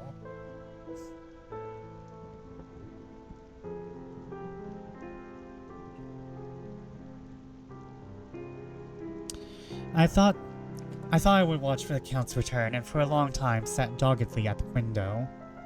Thus I began to notice that there were some quaint little specks floating in the waves of the moonlight, like the tiniest grains of dust, and they whirled around and gathered in clusters in a nebulous sort of way. I watched them with a sense of soothing. A sore calm stole over me. Laying back in the embrasure in a more comfortable position, I could enjoy more fully the aerial gamboling. Something made me start up. A low, piteous howling of dogs somewhere far below the valley, which was hidden from my sight. Louder it seemed to ring to my ears, and the floating motes of dust take new shapes to the sound as they danced in the moonlight. I felt myself struggling to awake to some call of my instincts. Nay, my very soul was struggling. My half-remembered sensibilities were striving to answer the call. I was becoming hypnotized. Quicker and quicker danced the dust. The moonbeams seemed to quiver as they went into the mass of gloom beyond. As they went by me into the mass of gloom beyond. More and more they gathered, till they seemed to take dim phantom shapes. Then I started, broad awake in the full possession of my senses, and ran screaming from the place. The phantom shapes, which were becoming gradually materialized from the moonbeams, were those of the 3 ghastly women to whom I was doomed. I fled, and felt somewhat safer in my own room, where there was no moonlight, where the lamp was burning brightly. A couple hours had passed. I heard something stirring in the Count's room, something like a sharp wail quickly suppressed. And there was a silence, deep, awful silence, which chilled me.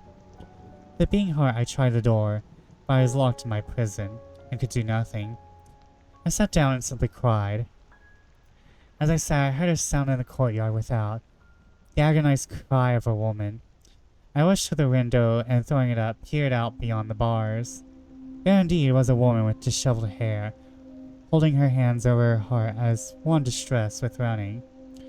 She was leaning over the corner of her gateway.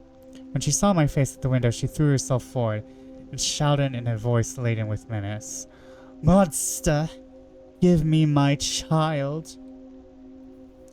She threw herself on her knees, and raising up her hands, cried with the same words and tones which wrung my heart. Then she tore her hair and beat her breast, and bound herself to all the violences of extravagant emotion. Finally, she threw herself forward, and though I could not see her, I could hear the beating of her naked hands against the door. Somewhere high overhead, probably on the tower, I heard the voice of the Count calling in his harsh metallic whisper. His call seemed to be answered from far and wide by the howling of the wolves. For many minutes had passed as a pack of them poured, pent-up damned when liberated, through wide entrances into the courtyard. There was no cry from the woman, and the howling of the wolves was but short. Before long they streamed away singly, licking their lips. I could not pity her, for I knew now what had become of her child, and she was better dead. What shall I do? What can I do? How can I escape from this dreadful thing of night and gloom and fear?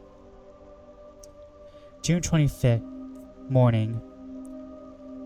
No man knows till he has suffered from the night how sweet and how dear his heart and eye the morning can be.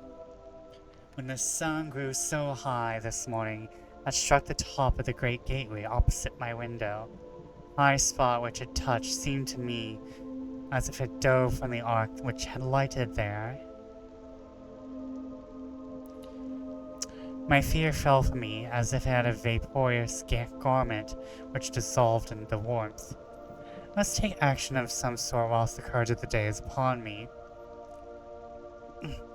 Last night, one of my post-dated letters was sent to the post. First of that fatal series which is to blot out the very traces of my existence from the earth. Let me not think of it. Action.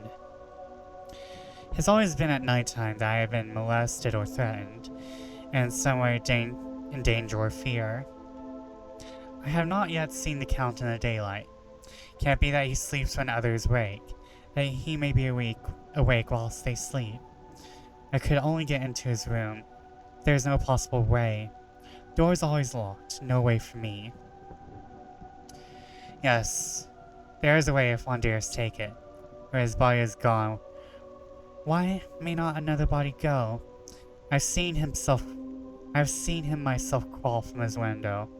Why should I not imitate him and go in by his window? Chances are desperate, but my need is more desperate than still.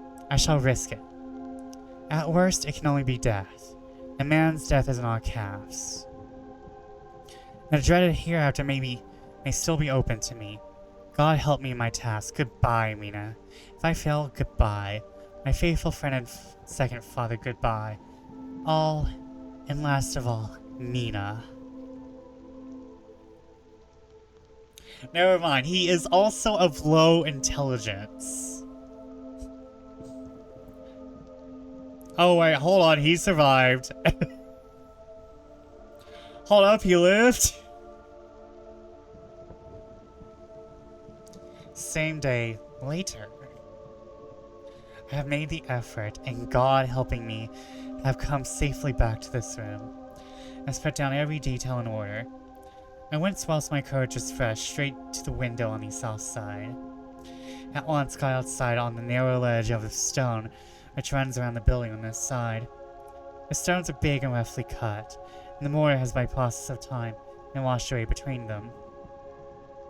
I took off my boots and ventured out in the desperate ray. I looked down once, so as to make sure that some glimpse of the awful depth would not overcome me.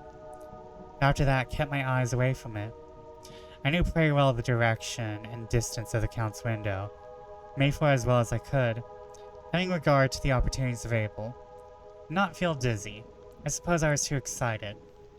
The time seemed ridiculously short, till I found myself standing on the windowsill, trying to raise up the sash. I was filled with agitation, however, and I bent down and slid, feet foremost, in through the window. Then I looked around for the Count, but with surprise and gladness made a discovery. The room was empty. It was barely furnished with odd things, which seemed to have never been used. The furniture was in the same style as that in the south rooms. It was covered with dust. I looked for the key, but it was not in the lock. I could not find it anywhere.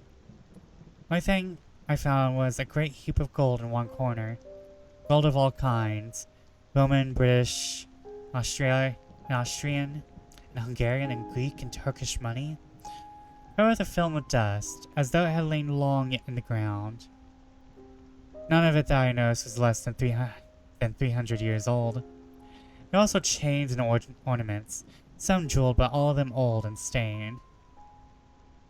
Okay, you are only just now realizing he's a dim bulb. Listen, one can have high intellect but low wisdom, and also the other way around. He's just a little reckless. As well.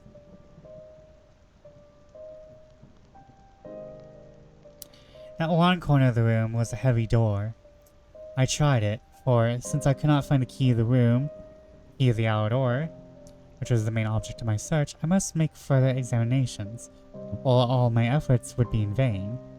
It was open and led through a dark stone passage to a circular stairway, which went steeply down. I ascended, minding carefully where I went, for the stairs were dark, being only lit by loopholes in the heavy masonry. At the bottom there was a dark, tunnel-like passage, through which came a deathly sickly odor, the odor of old earth newly turned. As I went through the passage, the smell grew closer and heavier, and last I pulled open a heavy door which stood ajar. I found myself in an old ruined chapel, which had evidently been used as a graveyard. The roof was broken, and in 2 places where steps leaned to vaults. The ground had recently been dug over. The earth placed in great wooden boxes, manifestly those which had been brought by the Slovaks. There was nobody about, and I made search for any further outlet, but there was none. I went over every inch of ground, so as to not lose a chance. I went down even into the vaults, but where the dim light struggled. Although to do so was a dread to my very soul. In 2 of these I went, but saw nothing except fragments of old coffins and piles of dust. The third, however, I made a discovery. There in one of the great boxes, of which there were 50 in all, on a pile of newly dug earth, lay the Count. It's either dead or asleep, I cannot say which, for the eyes were open and stony, but without the glassiness of death. And the cheeks had the warmth of life through all their pallor. The lips were red as ever, but there was no signs of movement, no pulse, no breath, no beating of the heart. I bent over him and tried to find any sign of life, but in vain. He could not have lain there for long, for the earthy smell would have passed away in a few hours. By the side of the box was its cover, pierced with holes here and there. He might have the keys on him. When I went to search, I saw the dead eyes, and in them, dead though they were, such a look of hate. Though unconscious of me or my presence, I fled from that place. Leaving the Count's room by the window, crawled again up the castle wall. Regaining my room, I threw myself panting upon the bed and tried to think.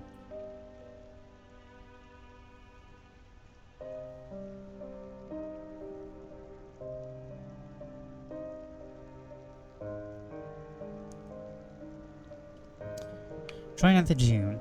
Today is the date of my last letter, and the Count has taken steps to prove it that was genuine. For again I saw him leave the castle by the same window and in my clothes. As he went down the wall, lizard fashion. I wish I had a gun or some lethal weapon that I might destroy him. I fear no weapon wrought alone by a man's hand would have any effect on him.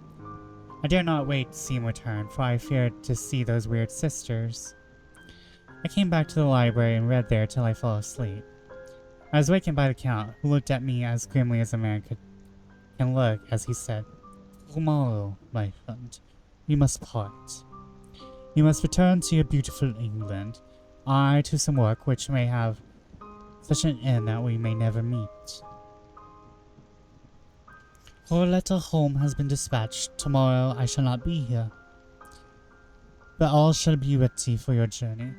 In the morning come the Sejani, who have some labors of their own here, and also come some Slovaks. When they have gone, my carriage shall come for you. Shall bear you to the Wargol Pass to meet the diligence from Bukovina to Bistritz. I am but in hopes that I shall see more of you at Castle Dracula.' I suspected him and determined to test his sincerity. Sincerity, it seems like a profanation of the word to write in connection with such a monster. So asked him point blank, 'Why may I not go tonight?' 'Because, my dear son, my coachman and horses are away on a mission.'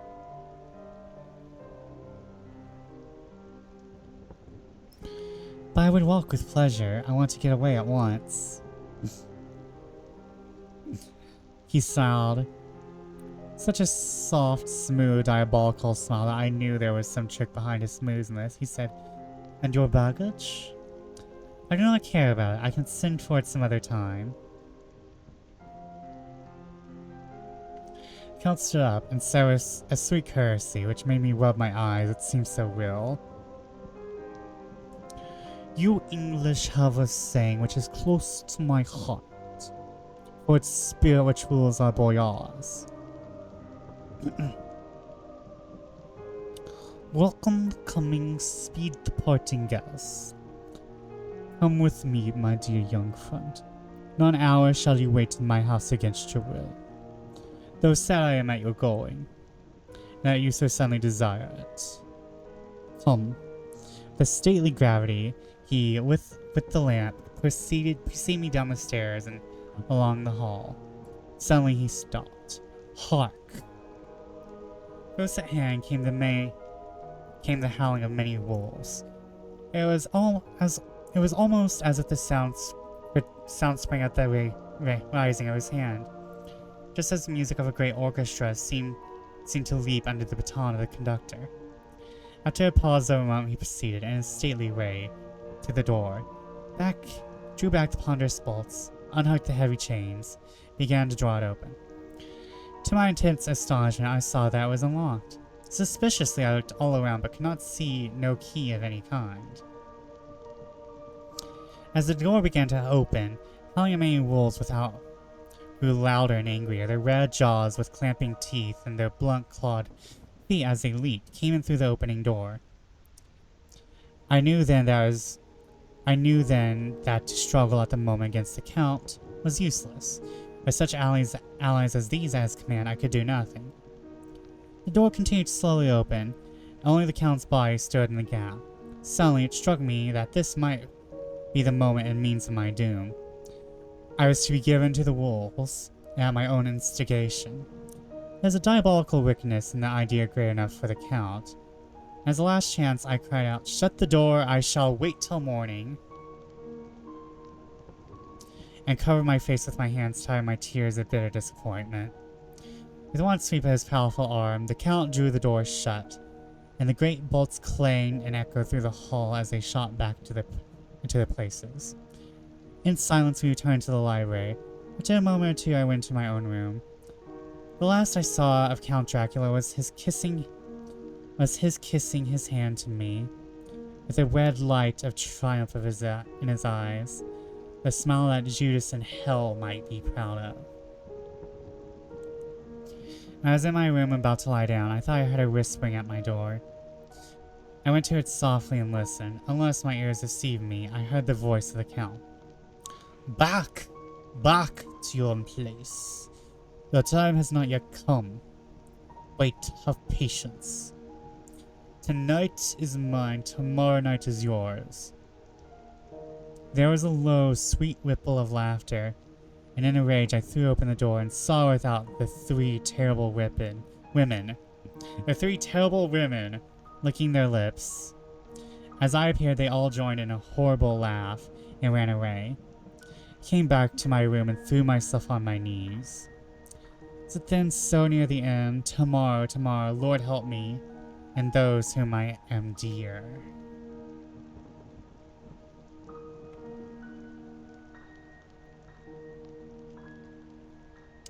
Okay, I will read that donation after we actually do the after this incoming ad break.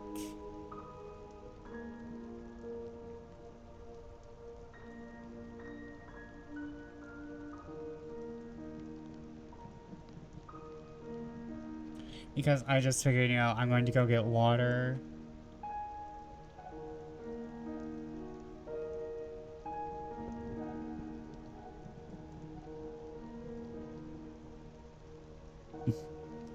Hold on. I'm not sure if I'm going to end now.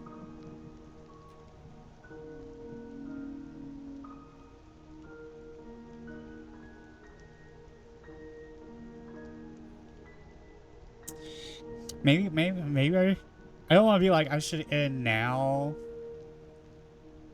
Because, like, maybe like keeping it, well, not now, but after I finish this chapter. And like keep it to like a very nice, like, short 2 hours, because I do have a stream planned for tomorrow. I actually got a new game through Keymailer, so I will have like a very nice interactive stream tomorrow, maybe. Let me stretch.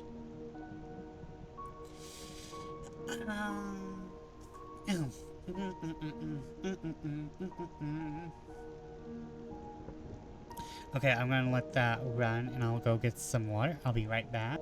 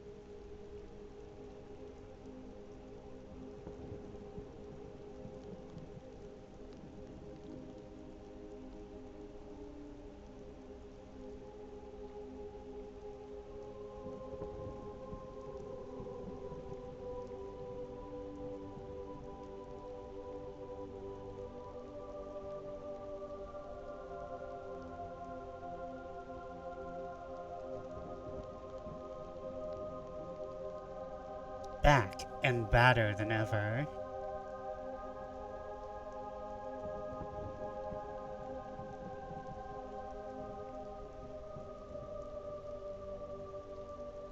I'm back in the saddle again. I look forward to tomorrow and your new shrew and the triangle-shaped packages that may or may not be Toblerones. Yes, I will probably be getting that, and I probably will be like very excited over it. We have nearly eaten all the cookies, by the way. We have nearly eaten all the cookies. I have eaten most of them, not gonna lie. Oh, where is my...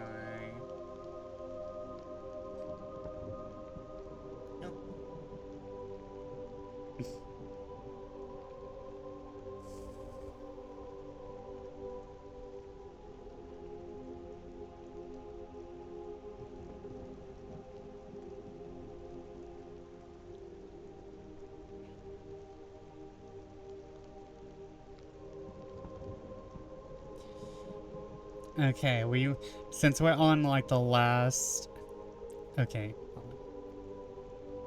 Okay, with this last chapter, I should be able to finish this up in like 10 minutes, then we can like raid into New York Stock Exchange.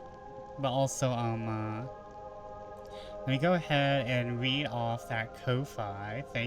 Thank you, by the way, Ultra Dracula. Thank you, by the way, Ultra Dracula, wherever you are, if you are still here.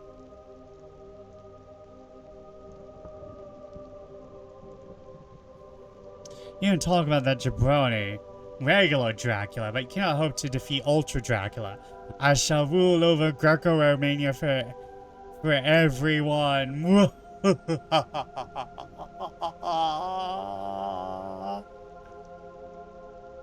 So this rare condition that causes me to send out cookies at random intervals to people I know is treatable, but why? Exactly. If you're causing happiness, why does it need to be treated? If you're happy and I'm full of cookies. If you're happy and I'm full of cookies, I don't need to treat it. Wait, hold on. I just got an idea. Hold on.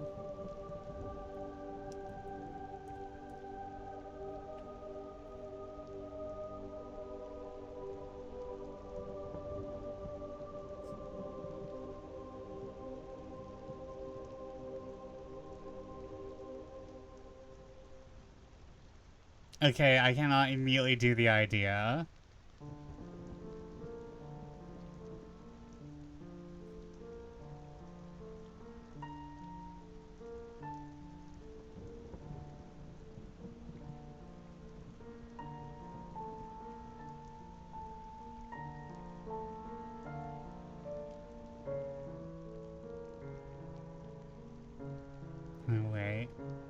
do you have... Yeah, I'm gonna have to make PNGs later. I know all this time Vesper is inspiring me, and now I've inspired Vesper. Yes. But that's going to be tomorrow. Okay, back to the book. Also, welcome back, everyone. Welcome back from ads.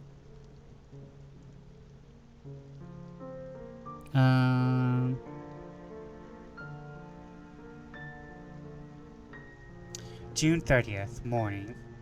These may be the last words that I ever write in this diary. I slept till just before the dawn. When I woke, I threw myself on my knees, for I determined that if death came, he should find me ready. At last, I felt a subtle change in the air, knew that the morning had come. Then came the welcome cock crow, and I felt that I was safe. With a glad heart, I opened my door and ran down the hall. I had seen that the massive door was unlocked, and now escape was before me. With hands that trembled with eagerness, I unhooked the chains and threw back the massive bolts. The door would not move. Despair seized me. I pulled and pulled at the door and shook it till, massive as it was, it rattled in the casement. I could see the bolt shot had been locked after I left the Count. Then a wild desire took me to obtain the key at any risk, and I determined then and there to scale the wall again and gain the Count's room. He might kill me, but death now seemed the happier choice of evils. Without pause, I rushed up to the east window and scaled down the wall, as before, to the Count's room. It was empty, but that was as I expected. I could not see a key anywhere, but the heap of gold remained. I went through the door and in the corner and down the winding stair and along the dark passage to the old chapel. I knew well enough to find the monster I sought. The great box was in the same place, close against the wall. The lid was laid on it, not fastened down, but with the nails ready in their places to be hammered home. I knew I must reach the body for the key, so I raised the lid and laid it back against the wall. And then I saw something that filled my very soul with horror. There lay the Count, but looking as if his youth had been half renewed. For the white hair and mustache were changed to dark iron gray. The cheeks were fuller, and the white skin seemed ruby red underneath. The mouth was redder than ever. On the lips were gouts of fresh blood, which trickled from the corners of the mouth and ran over the chin and neck. Even the deep burning eyes seemed set amongst swollen flesh. Lids and pouches seen underneath were bloated. It seemed as if the whole awful creature were simply gorged with blood. He lay like a filthy leech, exhausted with his repletion. I shuddered as I bent over to touch him, and every sense in me revolted at the contact. I had to search or I was lost. Coming night might see my own body, a banquet in a similar way to those horrid three. I felt all over the body, but no sign could I find of the key. Then I stopped and looked at the Count. There was a mocking smile on the bloated face, which seemed to drive me mad. This was the being I was helping transfer to London, where perhaps for centuries to come he might, amongst the teeming millions, satiate his lust for blood, and create new and an ever-widening circle of semi-demons to help batten on the helpless. The very thought drove me mad. A terrible desire came upon me to rid the world of such a monster. There was no lethal weapon at hand, but I seized the shovel, which the workman had been using to fill the cases, and lifting it high, struck with the edge downward at the hateful face. As I did so, the head turned, and the eyes fell full upon me, all their blaze of basilisk horror. The sight seemed to paralyze me, and the shovel turned in my hand and glanced from the face, merely making a deep gash above the forehead. The shovel fell from my hand across the box, as I pulled away the flange of the blade and caught the edge of the lid, which fell over again, and hid the horrid thing from my sight. The last glimpse I had of the bloated face, blood-stained and fixed with a grin of malice, which would have held its own in the... The last glimpse I had was of the bloated face, blood-stained and fixed with a grin of malice, which would have held its own in the nethermost hell. As I thought and thought what should be my next move, my brain seemed on fire, and I waited with a despairing feeling growing over me. As I waited, I heard in the distance a Romani song sung by merry voices coming closer. Through their song, with the rolling of heavy wheels and the cracking of whips, the Sejani and the Slovaks of whom the Count had spoken were coming. The last look around at the box which contained the vile body. I ran from the place and gained the Count's room, determined to rush out at the moment the door should be open. With strained ears I listened, and heard downstairs the grinding of the key in the great lock and the falling back of the heavy door. There must have been some other means of entry, or some had a key for one of the locked doors. Then there came the sound of many feet tramping and dying away in some passage which sent up a clanging echo. I turned to run down again towards the vault, where I might find the new entrance. The moment there seemed to come a violent puff of wind. The door to the winding stair blew with a shock that set dust from the lintels flying. When I ran to push it open, I found that it was hopelessly fast. I was again a prisoner, and the net of doom was closing around me more closely. As I write, there is in the passage below a sound of many tramping feet and crash of weights being set down heavily, doubtless the boxes, along with their freight of earth. There's a sound of hammering. It is the box being nailed down. Now I can hear the heavy feet tramping again along the hall, with many other idle feet coming behind them. The door is shut, and the chains rattle. There is a grinding of the key in the lock. I can hear the key withdraw, then another door opens and shuts. Hear the creaking of the lock and bolt. Hark! In the courtyard and down the rocky wall. Hark! In the courtyard and down the rocky way, the roll of heavy wheels, the crack of whips, the chorus of the Shizani as they pass in the distance. I'm alone in the castle with those awful women. Ugh. Mina is a woman, and there is naught in common. They are devils of the pit. I shall not remain alone with them. I shall try to scale the castle wall further than I have yet attempted. I shall take some of the gold with me, lest I want it later. I may find a way from this dreadful place. Then away for home, away to the quickest and nearest train, away from this cursed spot, away from this cursed land. The devil and his children still walk with earthly feet. At least God's mercy is better than that of these monsters. The precipice is steep and high, as foot many men sleep. As foot a man may sleep, as a man. Goodbye all. Goodbye, Mina. Okay, and that was chapter 4. Where Jonathan took to basically it was either escape or escape. Just escaping everything.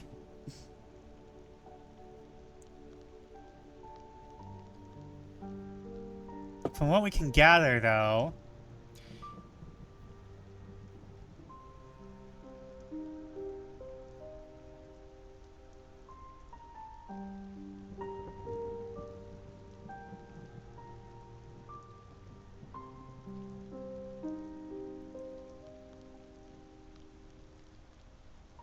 one has to wonder when did the Count drink?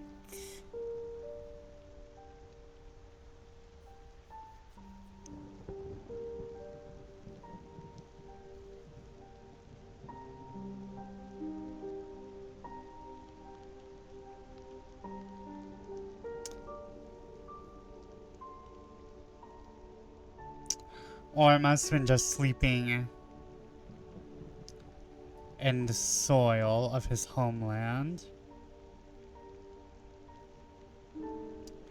However, I think there is a good place to call it. Chapter 5. Let me call myself out again. Hold on.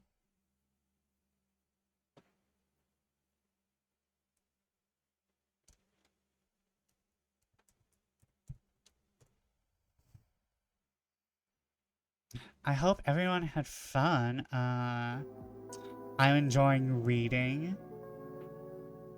I feel bad for Jonathan, but also Jonathan's kind of stupid.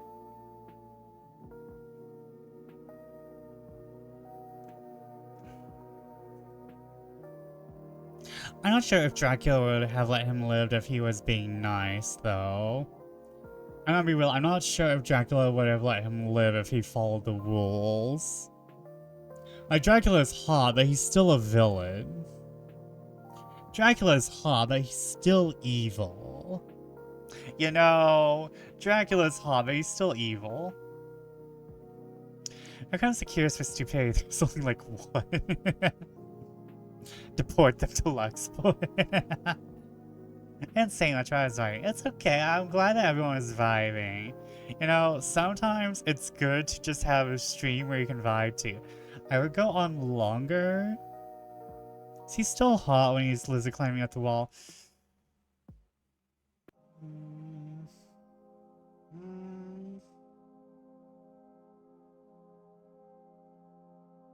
You know, a little bit of gremlin energy in a gentleman is kind of fun.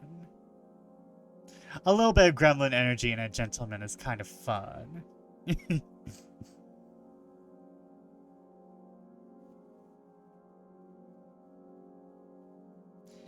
Okay. New York Snark Exchange is still going on.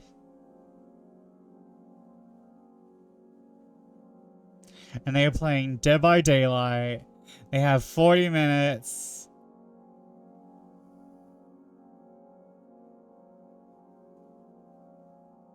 They have 40 minutes to raise more money for Jingle Hell, so let's go ahead. I would just end it and let y'all end off on vibes, but Jingle Hell, Jingle Hell, Jingle Hell rock. Jingle Hell raises money for stuff. Jingle Hell swing and Jingle Hell rock.